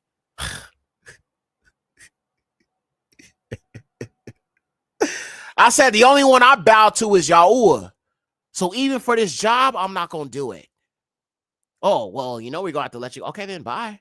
I walked out. I'm not doing it. I've quit jobs. I turned down jobs because they kept asking me to work on Shabbat, even though I made it clear I'm not going to do it. You know what I'm saying? I've quit jobs, turned away jobs. If I saw, you know what I'm saying, things that don't represent the Father, I'm separating from it. But see, the thing is, he honors obedience and he honors the zeal that I have for him. And I know even if I have a financial hardship because I might have quit a job, I know the Most High was going to provide a way for me because I stood for truth and I stood for him. As long as we stand for him, he will have mercy on us. As long as we decide that we are going to truly, truly live for the Most High, he will have our back. And I'm living proof of that. Don't ever be afraid to stand for the Most High. He will slide for you. But you got to be in the mindset of, this is where I'm at. I ain't compromising on him for nobody. That kind of that really got to be your mindset for real. That's where I'm at. Bro, all of this, you know what I'm saying, materialism and all this, bro, none of this matters. When I leave, we go into the wilderness, bro, I'm leaving my computer, I'm leaving my keyboard, I'm leaving everything. I don't care about none of this. You know what I'm saying? None of this matters. My phone, I'll throw it in the water. I don't want it. You know what I'm saying? My equipment, I'm going to just leave it right here in the house. Like, bruh, bye. You feel me? Nothing's more important than the Most High. At least to me. Nothing is more important than my Father's business. All right, let's finish this up, fam. We got a few more slides, okay? So We read about the purging of the rebels, and now we're going to read about the wilderness. Okay? Let's read it. Now let's read about what the wilderness will be like. Now, when I mention the word wilderness, can you guys let me know what's the first thing that you visualize when you think about the wilderness? Just type in the chat. Just give me 2 words you would use to describe what you think of when I mention the word wilderness, or when we mention the word wilderness in the Bible. Just give me 2 words that you would come up with. So when I say wilderness, give me 2 words that come to mind immediately. Don't think about it. Just type it. Okay. Kenya says empty land. Okay, good question. Or good answer. Dabar Yahoo says, Shabbat Shalom, sister. Open space. Sunny Cove says, place of peace. Okay, nice. Beastmer says green and water. Bino says green pasture. Tanjaya says abundant land, desert, Africa, desolate land, sand, open space, forest, off-grid, peace and safety, a place out of the way. Okay, these are all some great answers, family. Great answers. Well, this might actually surprise some of you guys, but where we are going is not going to be where our forefathers went, as far as like Egyptian wilderness. No. Let me show you where we're going. Where we're going is going to look like this. It's going to be beautiful. Waterfalls, flowers, places to swim.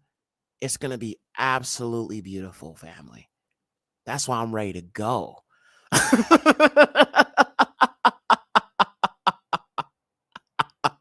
And we're going to read about it right now.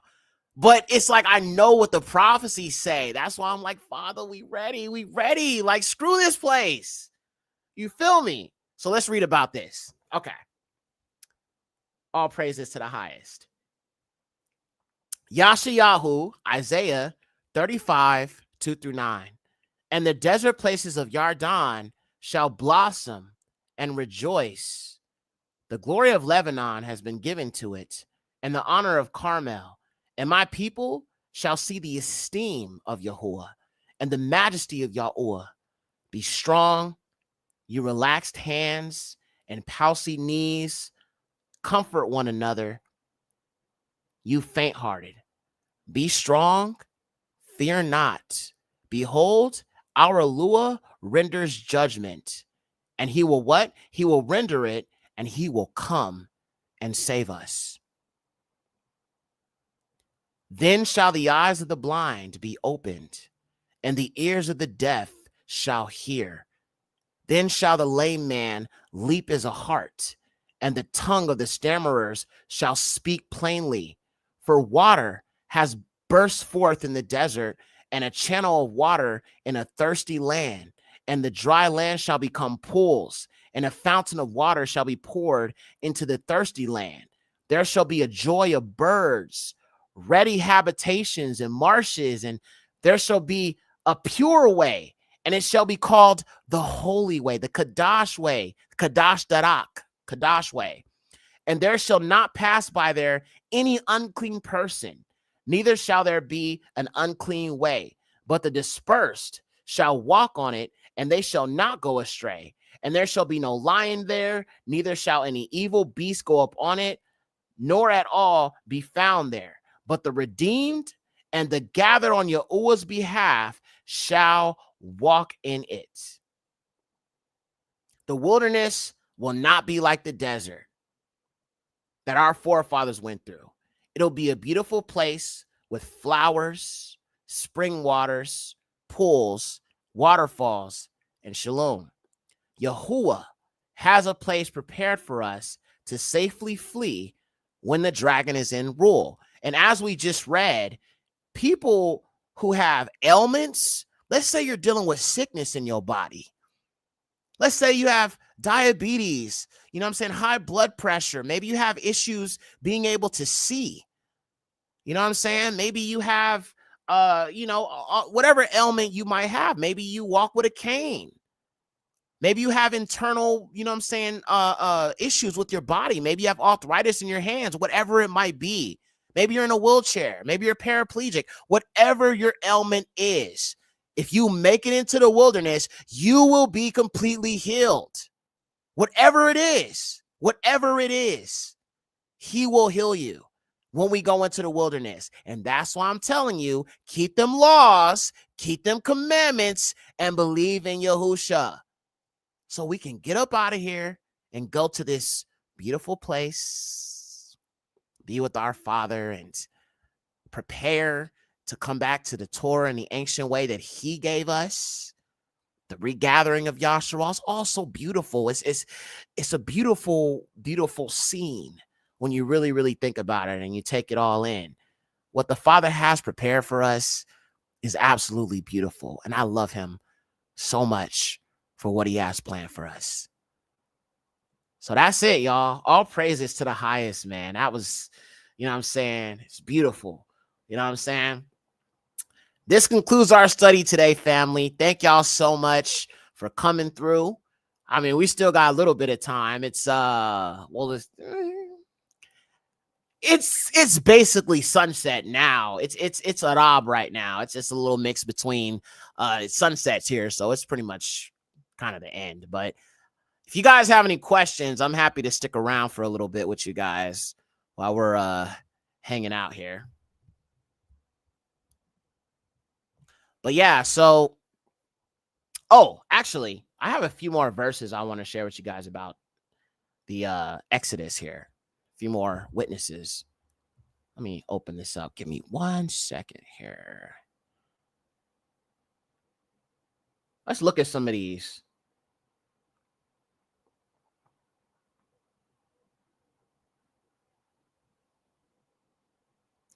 Let's look at some of these verses. Dabarim, Deuteronomy 33-4, and Yahuwah shall heal your transgressions and shall pity you and shall again gather you from all nations among which Yahuwah has scattered you. Isaiah 27:12-13. And it came to pass in that day that Yahuwah shall fence men off from the channel off the river to Raikunaria, and you shall be gathered one by one, O children of Yasharah. Yashayahu 43:5-6. Fear not, for I am with you. I will bring your seed from the east and will gather you from the west. Yirmiyahu, Jeremiah 23:3. I will gather together the remnant of my people in every land where I've driven them, and I will cause them to dwell in their own pasture. Jeremiah 30:3. For behold, the days come, saith Yahuwah, when I will bring about the captivity of my people Yasharal and Yahudah, saith Yahuwah.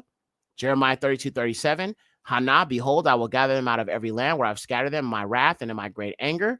Yakazakal, Ezekiel 11:17. Therefore say, thus saith Yahuwah, I will also gather you from the nations and will receive you from the countries wherein you were scattered.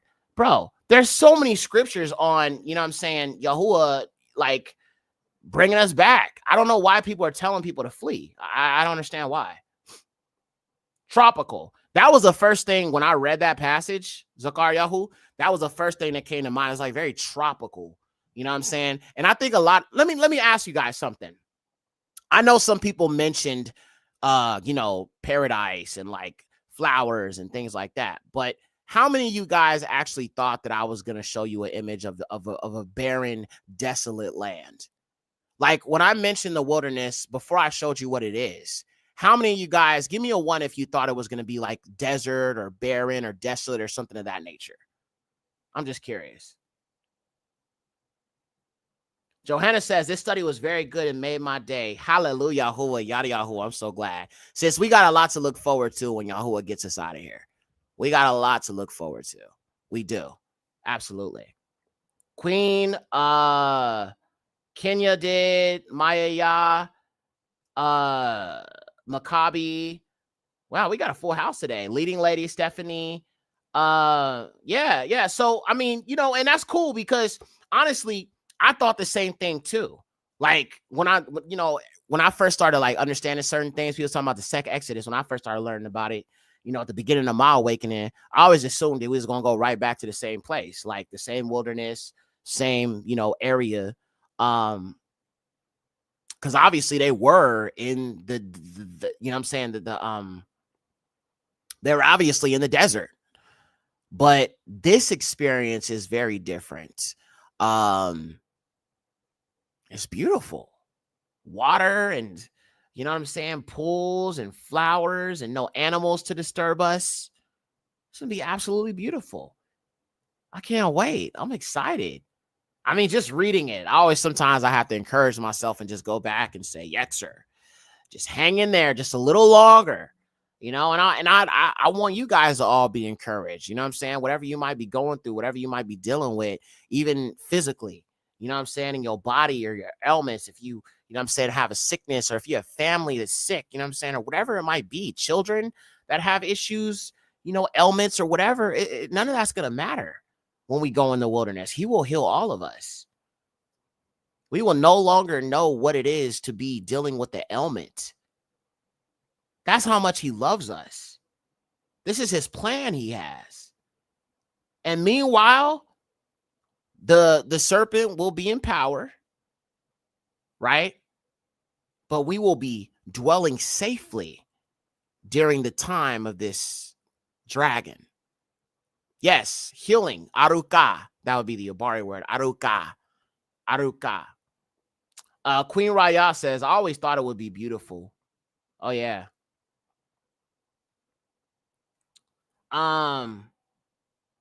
DLTY says, I'm so ready for peace. I've been enduring so much lately. Oh, I'm so sorry, Aki.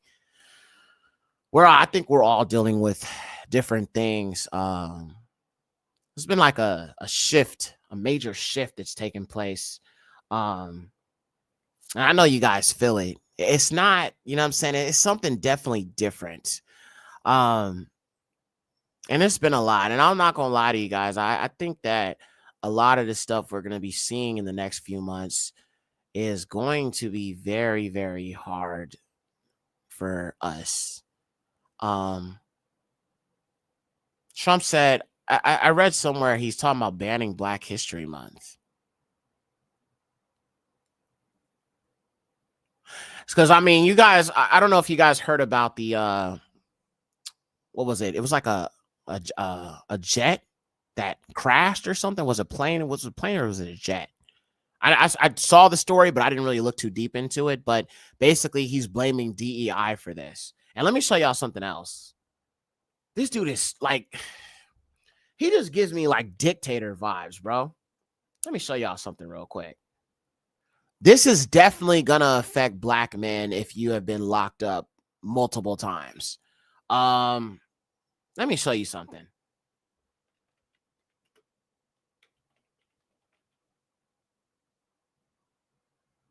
So he said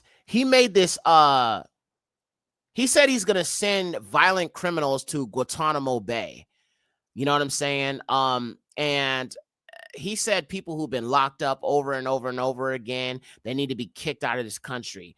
So let's just say you didn't know who you was, and you know what I'm saying, you were a repeating felon, but you doing better now. You was young, you didn't know who you was in the hood, you know what I'm saying, you was, you know, doing your dirt or whatever. You got children now, you a better man, you got a job, you providing, you walking in with Yahuwah Yahusha. He might look up your record and probably deport you too. That's what I'm saying. It's like, these people talk about Christianity, right? But Christians don't really believe in forgiveness. They don't really believe in forgiveness. They don't believe in compassion. They don't believe in forgiveness. They don't believe in empathy. They don't believe in none of this stuff. Those are all things that Yahusha teaches us, but that goes to show you them folks don't even read the Bible, bro. I mean, let me see if I can find that video, man. Let me see here. It was an act, like some kind of act he signed. Lakin Riley. Yeah, Lakin Riley. I didn't know who this white woman was. I had to look her up, and I'm like, well, it makes sense. She's white. Let me show you a little bit of this video he did talking about it. And yeah, we'll look at that real quick.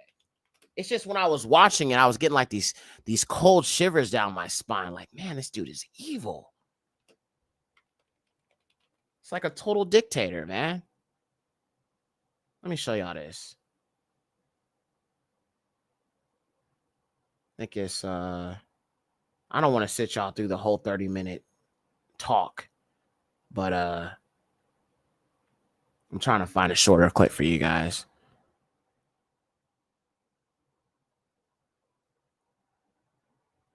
I don't even know who this white woman is, honestly. I never heard of her until, he started talking about it. Okay, let me show you this real quick. Share my screen. Hold on.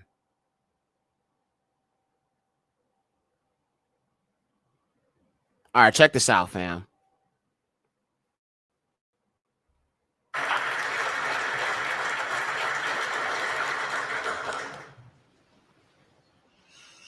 Thank you, Trump. We would like to thank Senator Katie Britt for her diligent bipartisan work to get this bill through the Senate. We'd also like to thank Congressman Mike Collins for his unwavering passion and for leading on the Lake and Riley Act from the start. Our family will forever be grateful for the prayers of the people across our nation and for helping to get this legislation into law. We also want to thank President Trump for the promises he made to us. He said he would secure our borders and that he would never forget about Laken. And he hasn't. He's a man of his word. We trust that he will fight for the American people. Oh my gosh. Most importantly, I want to thank our Lord and Savior, Jesus Christ. Because without his sacrifices, Jesus is paying. On that horrific day that she was taken from us. But because of him, we can continue living knowing that. Bro, this is wild. Like, I can't even watch this. It's such a cringe fest to me. Like, I do a lot of research on different things, but I have such a hard time like sitting through a lot of this stuff because not because I can't handle it or I'm not able to, but it's just because it's so cringe, because it's so fake.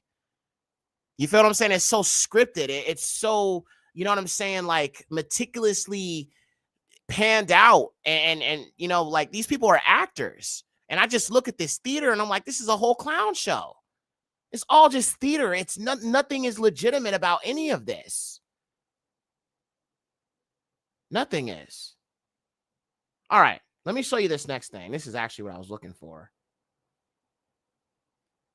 Okay. All right, so this is actually the video I was looking for here. Check this out, man. This is wild. Listen to what he says. We also have many violent criminals in our country, however, that did not necessarily come here illegally, but have been arrested 30 times, 35 times, 41, 42 times in a couple of cases, 25 times, 18 times, many for murder, other heinous charges such as pushing people into subways, hitting them in the head with baseball bats while they're not looking, punching old ladies in the face, knocking them unconscious and stealing their purse. They even break into apartments and rape elderly women and beat up elderly men, beat them to hell. And I don't want these violent repeat offenders in our country any more than I want illegal aliens from other countries who misbehave. And I say, and this is subject to getting it approved, but if they've been arrested many, many times, they're repeat offenders by many numbers, I want them out of our country. I also will be seeking permission to do so. We're going to get approval, hopefully, to get them the hell out of our country along with others. Let them be brought to a foreign land and maintained by others for a very small fee as opposed to be maintained in our jails for massive amounts of money, including the private prison companies that charge us a fortune. Now, let them be brought out of our country and let them live there for a while. Let's see how they like it. You'll see crime all over the country dry up. Well, welcome to the games. All right, this is where we are, y'all. We got a sour cream supremacist dictator for president, and some of these Negroes voted for this. And yeah, Maya Johnson, sis, I agree with you completely. White people do exactly these things all the time, especially the people he surrounds himself with, Wall Street brokers, you know what I'm saying? These Ashkenazi individuals. Obviously this dude got indicted on several different things, and you over here talking about criminals. The irony, man, the irony is crazy, gang. Absolutely crazy. Thugs are always the last people to know that they're thugs, right? Oh, he knows what he is. It's just that he's such a narcissist. He just puts it off on everybody else. Yeah, the Mandarin man is Mandarin and Mandarin. What color is Trump like? Man, he's like two-tone. Sometimes he's pink, sometimes he's orange, and sometimes he's just a blend of both. Like if you look at his neck, you know what I'm saying? Like his neck, and then you look at the side of his ear, you know what I'm saying? It's like two-toned. You know what I'm saying? It's like two-tone Trump, right? So his neck is pink, but his face is orange. You know what I'm saying? It kind of reminds me of like rainbow sherbet. You know what I'm saying? I was like when I was a kid, my auntie used to take me to the thrifties to get ice cream, bro. They had the rainbow sherbet and it had like the orange and it had the pink in it. And when I look at his neck, I think about the rainbow sherbet swirl, no Diddy, that I used to get from the from the down the street.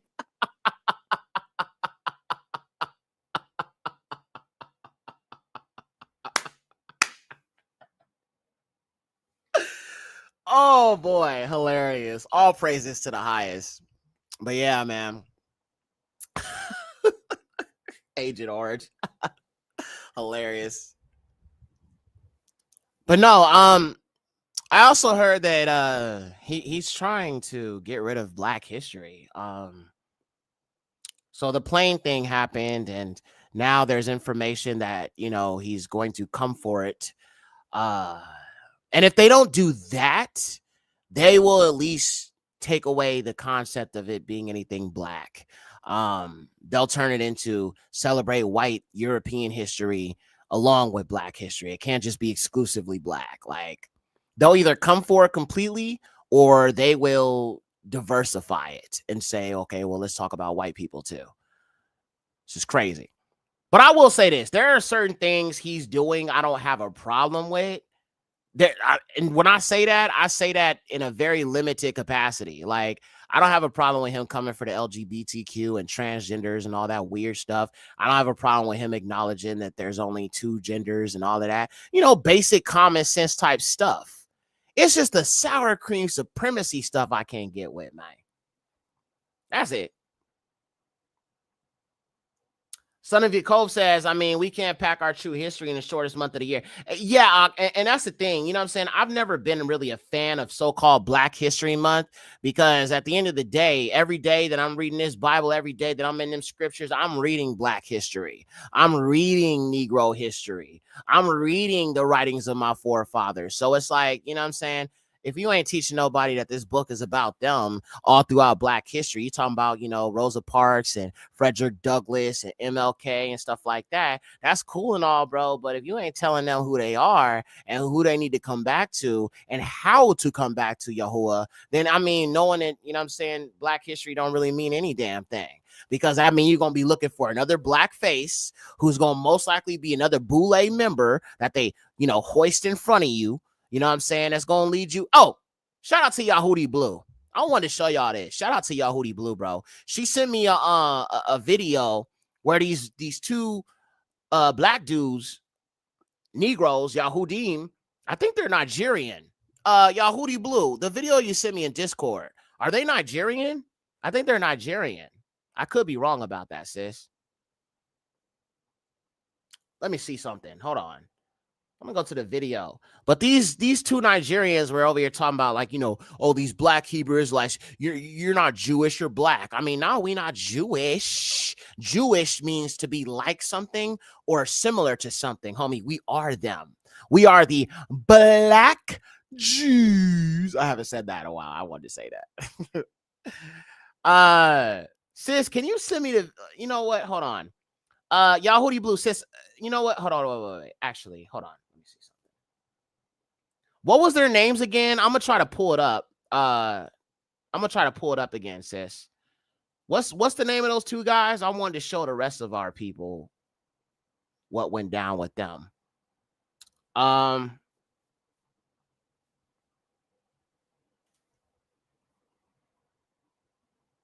I noticed something else too. I noticed, like, since we're talking about Black history, I noticed that they are also trying to turn Malcolm X into a homosexual. What do I mean by that?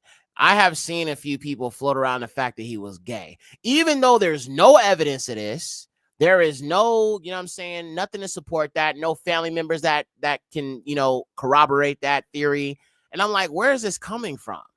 Like, why would you even think that? The dude was married, the dude had a wife, and I understand there's dudes that be having, you know, wives and they be into other things, but his family didn't feel that way about him. There's nothing about him that could even support that kind of mindset. And I feel like that's just a way for them to throw dirt on a black man's name because he's no longer here. Just like I think what they're doing with this Michael Jackson movie. They got a Michael Jackson movie that they're working on, and now they're going to have to reshoot the whole third act because it revolves around, you know, the sexual abuse allegations. They always throwing dirt on dead black people. They always do that.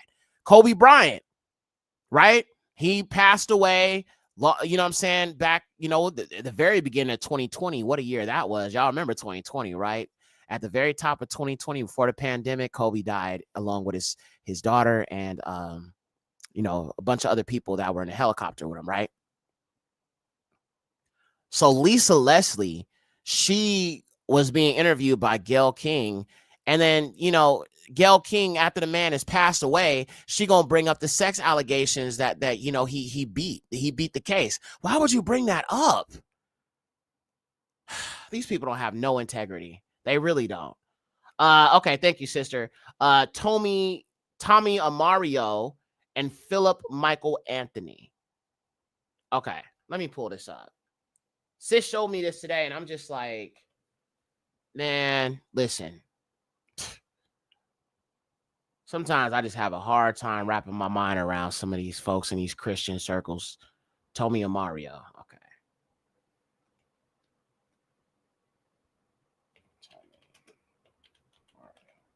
Yeah, I mean, I know Malcolm X was not a homosexual. I know that for a fact. But they have been trying to kind of twist things, you know what I'm saying, to kind of make him off like that. And I'm like, bro, we know what type of person he was. He was not into none of that homo stuff. Like, pretty soon they're going to be telling you slavery never happened. Just watch. All right, Tommy Ariami. Okay, let me show y'all this. It says Tommy Ariami, another puppet sent to teach Israelites were just blacks. Okay. Let me show y'all this, man. This is wild. Shout out to y'all Udi Blue for sharing this with me.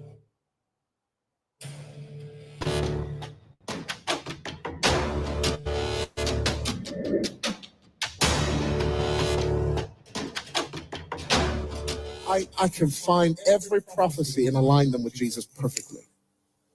The Jews can't do that. The Jews, who we love, The Jews, Oh boy, who we love, the Jews, who we love, look at the New Testament scripture and they call it a condemned book. No Jew is allowed to read the New Testament. No Jew is allowed to read the New Testament. No Jew is allowed to read the New Testament. In fact, if you go to a Jew and you bring out the New Testament to a Jew in Israel, they'll tell you, no, it's a forbidden book. And you bring out the New Testament to a Jew in Israel, they'll tell you, no, it's a forbidden book. And you bring out the New Testament to a Jew in Israel, they'll tell you, no, it's a forbidden book. Can't remember the word for it, but they call it the forbidden book. Very fun. Let me show you this video right now. Let's cue that video. Let's do it. We got it ready. I want to. Wait a minute. This is a 51-minute video. Hold on. I don't know if I want to sit through the 51 minutes. I think there's another one that's a little bit more shorter, and a little bit more straight to the point. But basically, what he was saying is that we're not Yahudim. We're just black people, essentially. That's basically what he was saying in the video. And there's another. Oh, let me show y'all this too. So this showed up on my timeline yesterday, and I shared it in Discord because I was a little bothered by it. But this white woman is going around telling everybody that the Hebrews are Native Americans, or the 10 northern tribes, you know what I'm saying, are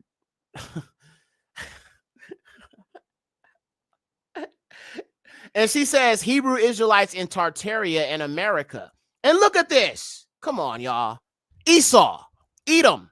Now, you know, my issue with this is that she doesn't really use the Bible to prove this. She's over here reading a bunch of European books that, and I'm sure they're Mormon books, because, you know, that whole idea of Tartaria and you know what I'm saying, or not, well, not so much Tartaria, but the Israelites being Native American, that comes from Joseph Smith. That is Mormon stuff. But this woman is going around teaching this, and she's got a whole bunch of Gentiles in the comment section saying, yay, I knew I was chosen. See, this is why we push back. This is why I have to push back against the Gentiles teaching. I will keep pushing it back. I'm going to keep pushing it back, pushing it back, pushing it back, pushing it back, because this is the confusion that keeps happening. This is why these Gentiles continue to act the way they do, and why they don't want to cleave, because they feel like they the chosen now. I mean, first of all, you're a woman. You shouldn't even really be, you know what I'm saying, doing all these things anyway. But at the same time, right, she's over here telling these lies, you know what I'm saying, and emboldening these other Gentiles to believe they're the chosen. Okay. And so I responded, and I gave a whole bunch of scripture. Y'all know I came with the scripts. And somebody said, oh, wow, are you coping with this? I'm like, no, it's not a cope. It's the truth. Show me a white man in the Bible. I'm looking for it. See, this is me right here, y'all. This is dangerous what you are teaching. If you really believe this, I'd like you to address these scriptures. Oh, she responded? Okay, all praises to the Most High. We're going to look at all this. So look how much I gave her. Y'all know I always come with scripts. Y'all know this. Look at that.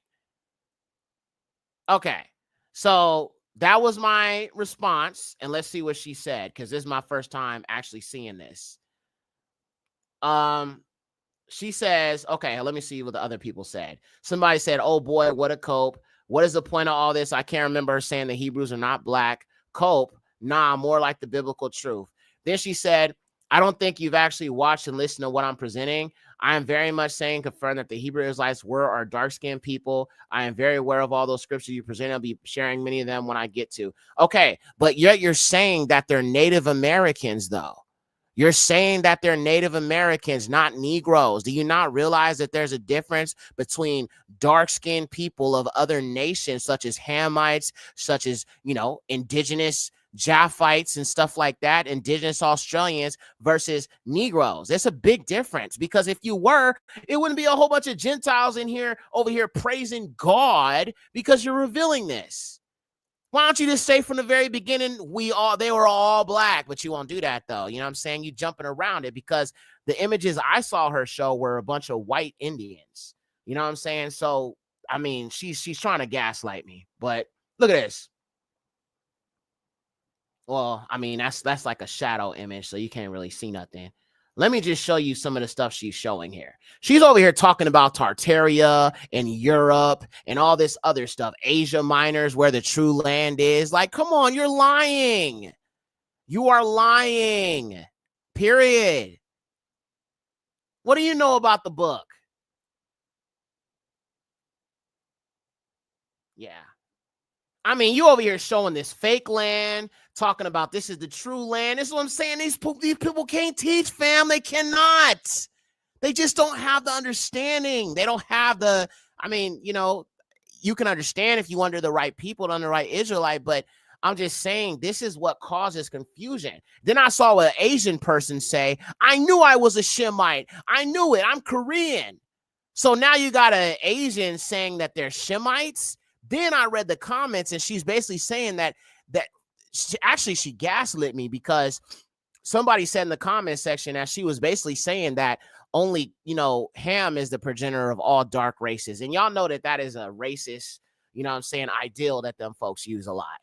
You know what I'm saying? She tried to gaslight me and make me think that, you know what I'm saying, she's not saying that we're not black. But what you're not saying is that every single tribe was Negro. Therefore, why do you need to even speak on this? It ain't got nothing to do with you. How about you let the people who the book is talking about teach the book? And, you know, you Gentile, you sit down, take some notes, learn from us. We'll teach you, but you can't teach us. Gaslit. You see that? She lied. She knows what she was doing. Listen, I would not have typed those scriptures if I didn't see images of white Indians. I would not have typed those scriptures if I didn't hear her say that Asia Minor is where the true land is.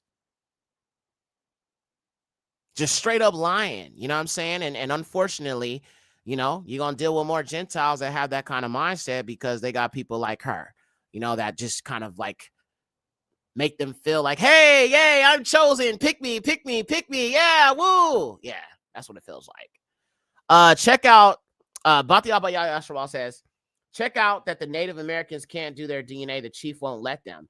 And that's another thing. I asked her, I said, like, the first thing, bro, that really proves that these people are not us is the fact that they wear eagle's feathers in their headdress. You know what I'm saying? Eagles are unclean birds.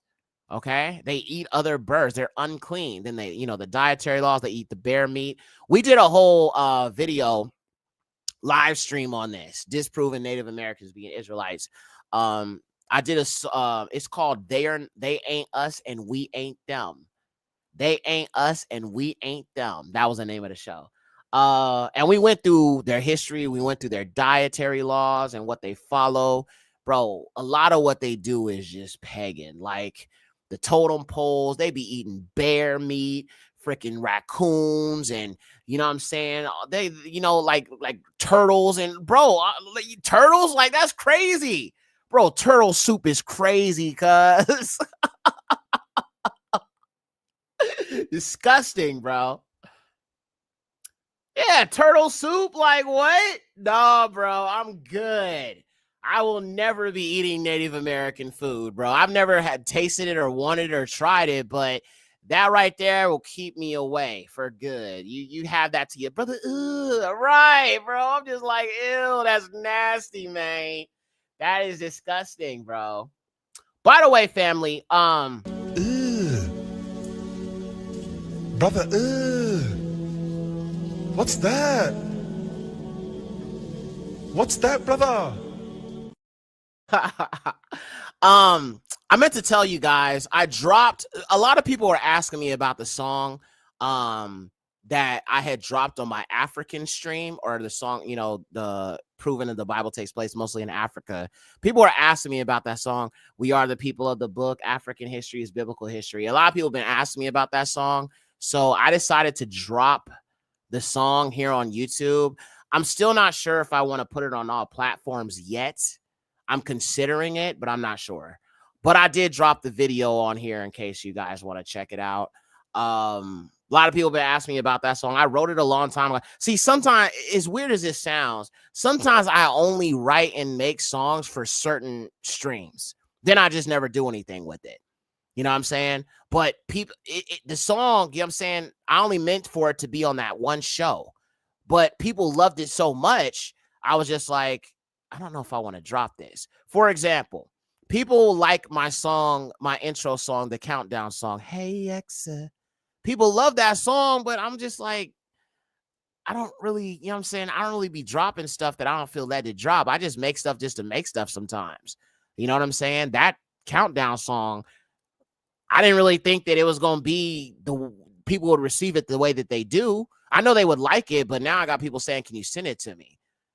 And I'm just like, this is crazy, because sometimes I just do this stuff just to do it, but I don't realize the impact that sometimes stuff that I have, you know, that I make has. Like, it's crazy. But yeah, all praises to the highest. All right, fam. Well, it has been a great stream. It has been a great Shabbat, family. Thank y'all so much for joining with me.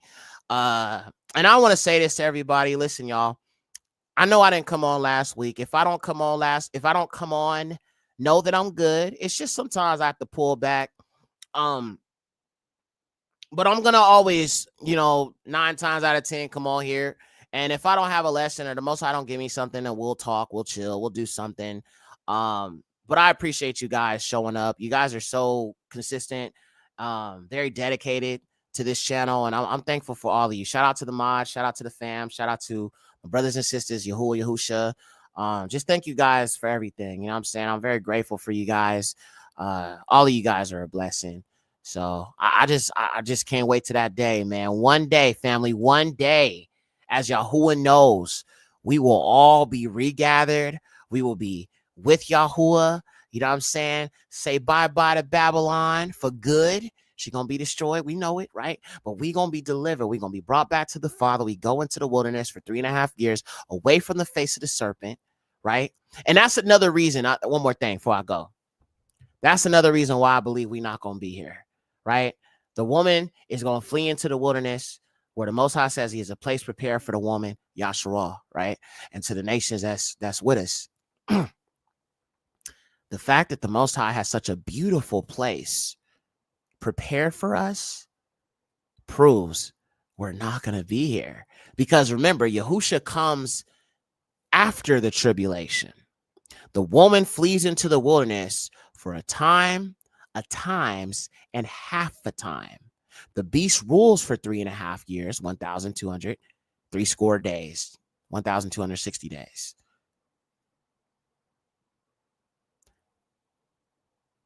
I don't think we're going to be here when the beast is in power. But I think we need to be doing everything personally ourselves to be able to prove ourselves worthy to make it in this Exodus, because we already looked at some examples of people who will still be here, who will be martyred. You know what I'm saying? But I will say this, one more thing. I know I keep saying one more thing. Let me say this to you, though, and this is serious. If you go into the wilderness,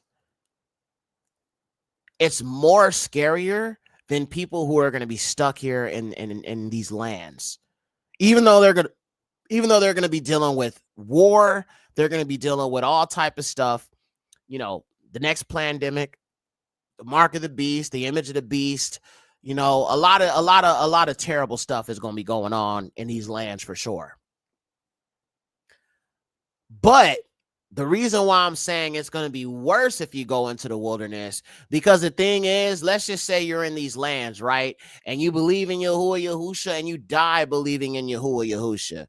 If you die for Yahuwah Yahusha, when he comes back, you will be raised up and you will be going to the millennial kingdom with him. Even if you die in Yahuwah Yahusha, right? But the thing is, if you're in the wilderness and Yahuwah cuts you off, there is no salvation. There is no coming back from that. When he cuts you off, he cuts you off. All right? So I need you to understand that when we go into the wilderness, it's not a game.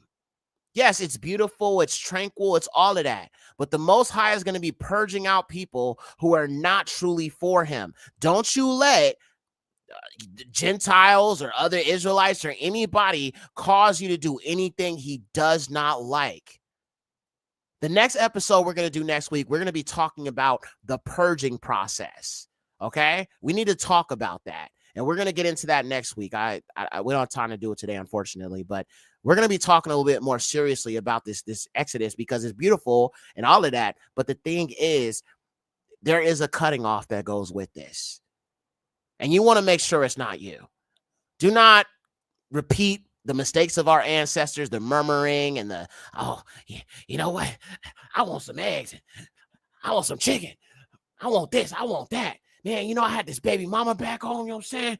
She ain't come with me, but you know, man, she had that bond. Like, bro, don't do that. Do not do that. Okay? I can see it already. Our people doing the same damn thing our forefathers did that ticked off the Most High. Stiff neck. Just stiff neck. Family, I love y'all. All praises to the Most High. I will see you guys soon. I think I'm going to do a show tomorrow, but I'm not quite sure yet. We'll see. But y'all have a great rest of your Shabbat. Thank y'all again for joining in. Please hit the like button on the way out. All esteem to the highest. Yahuwah. Shalom.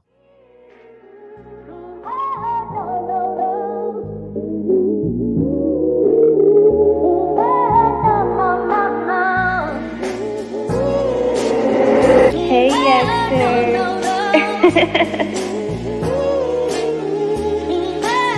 Yeah. Hey.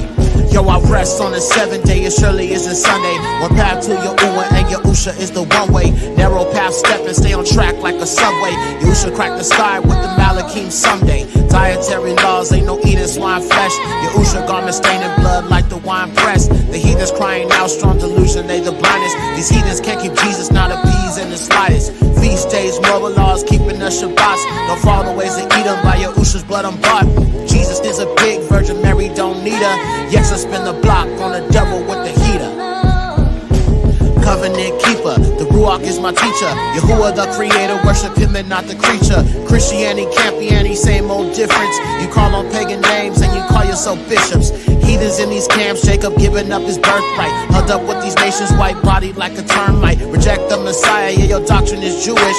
Scum of the earth, cause that doctrine is sewage. Yahusha in the Torah, you can't see it, you foolish. Committed to Yahuwah, it's a fact that I do this. You are my enemy if you an enemy of Torah. Destruction for the wicked, just like Sodom and Gomorrah. Yeah.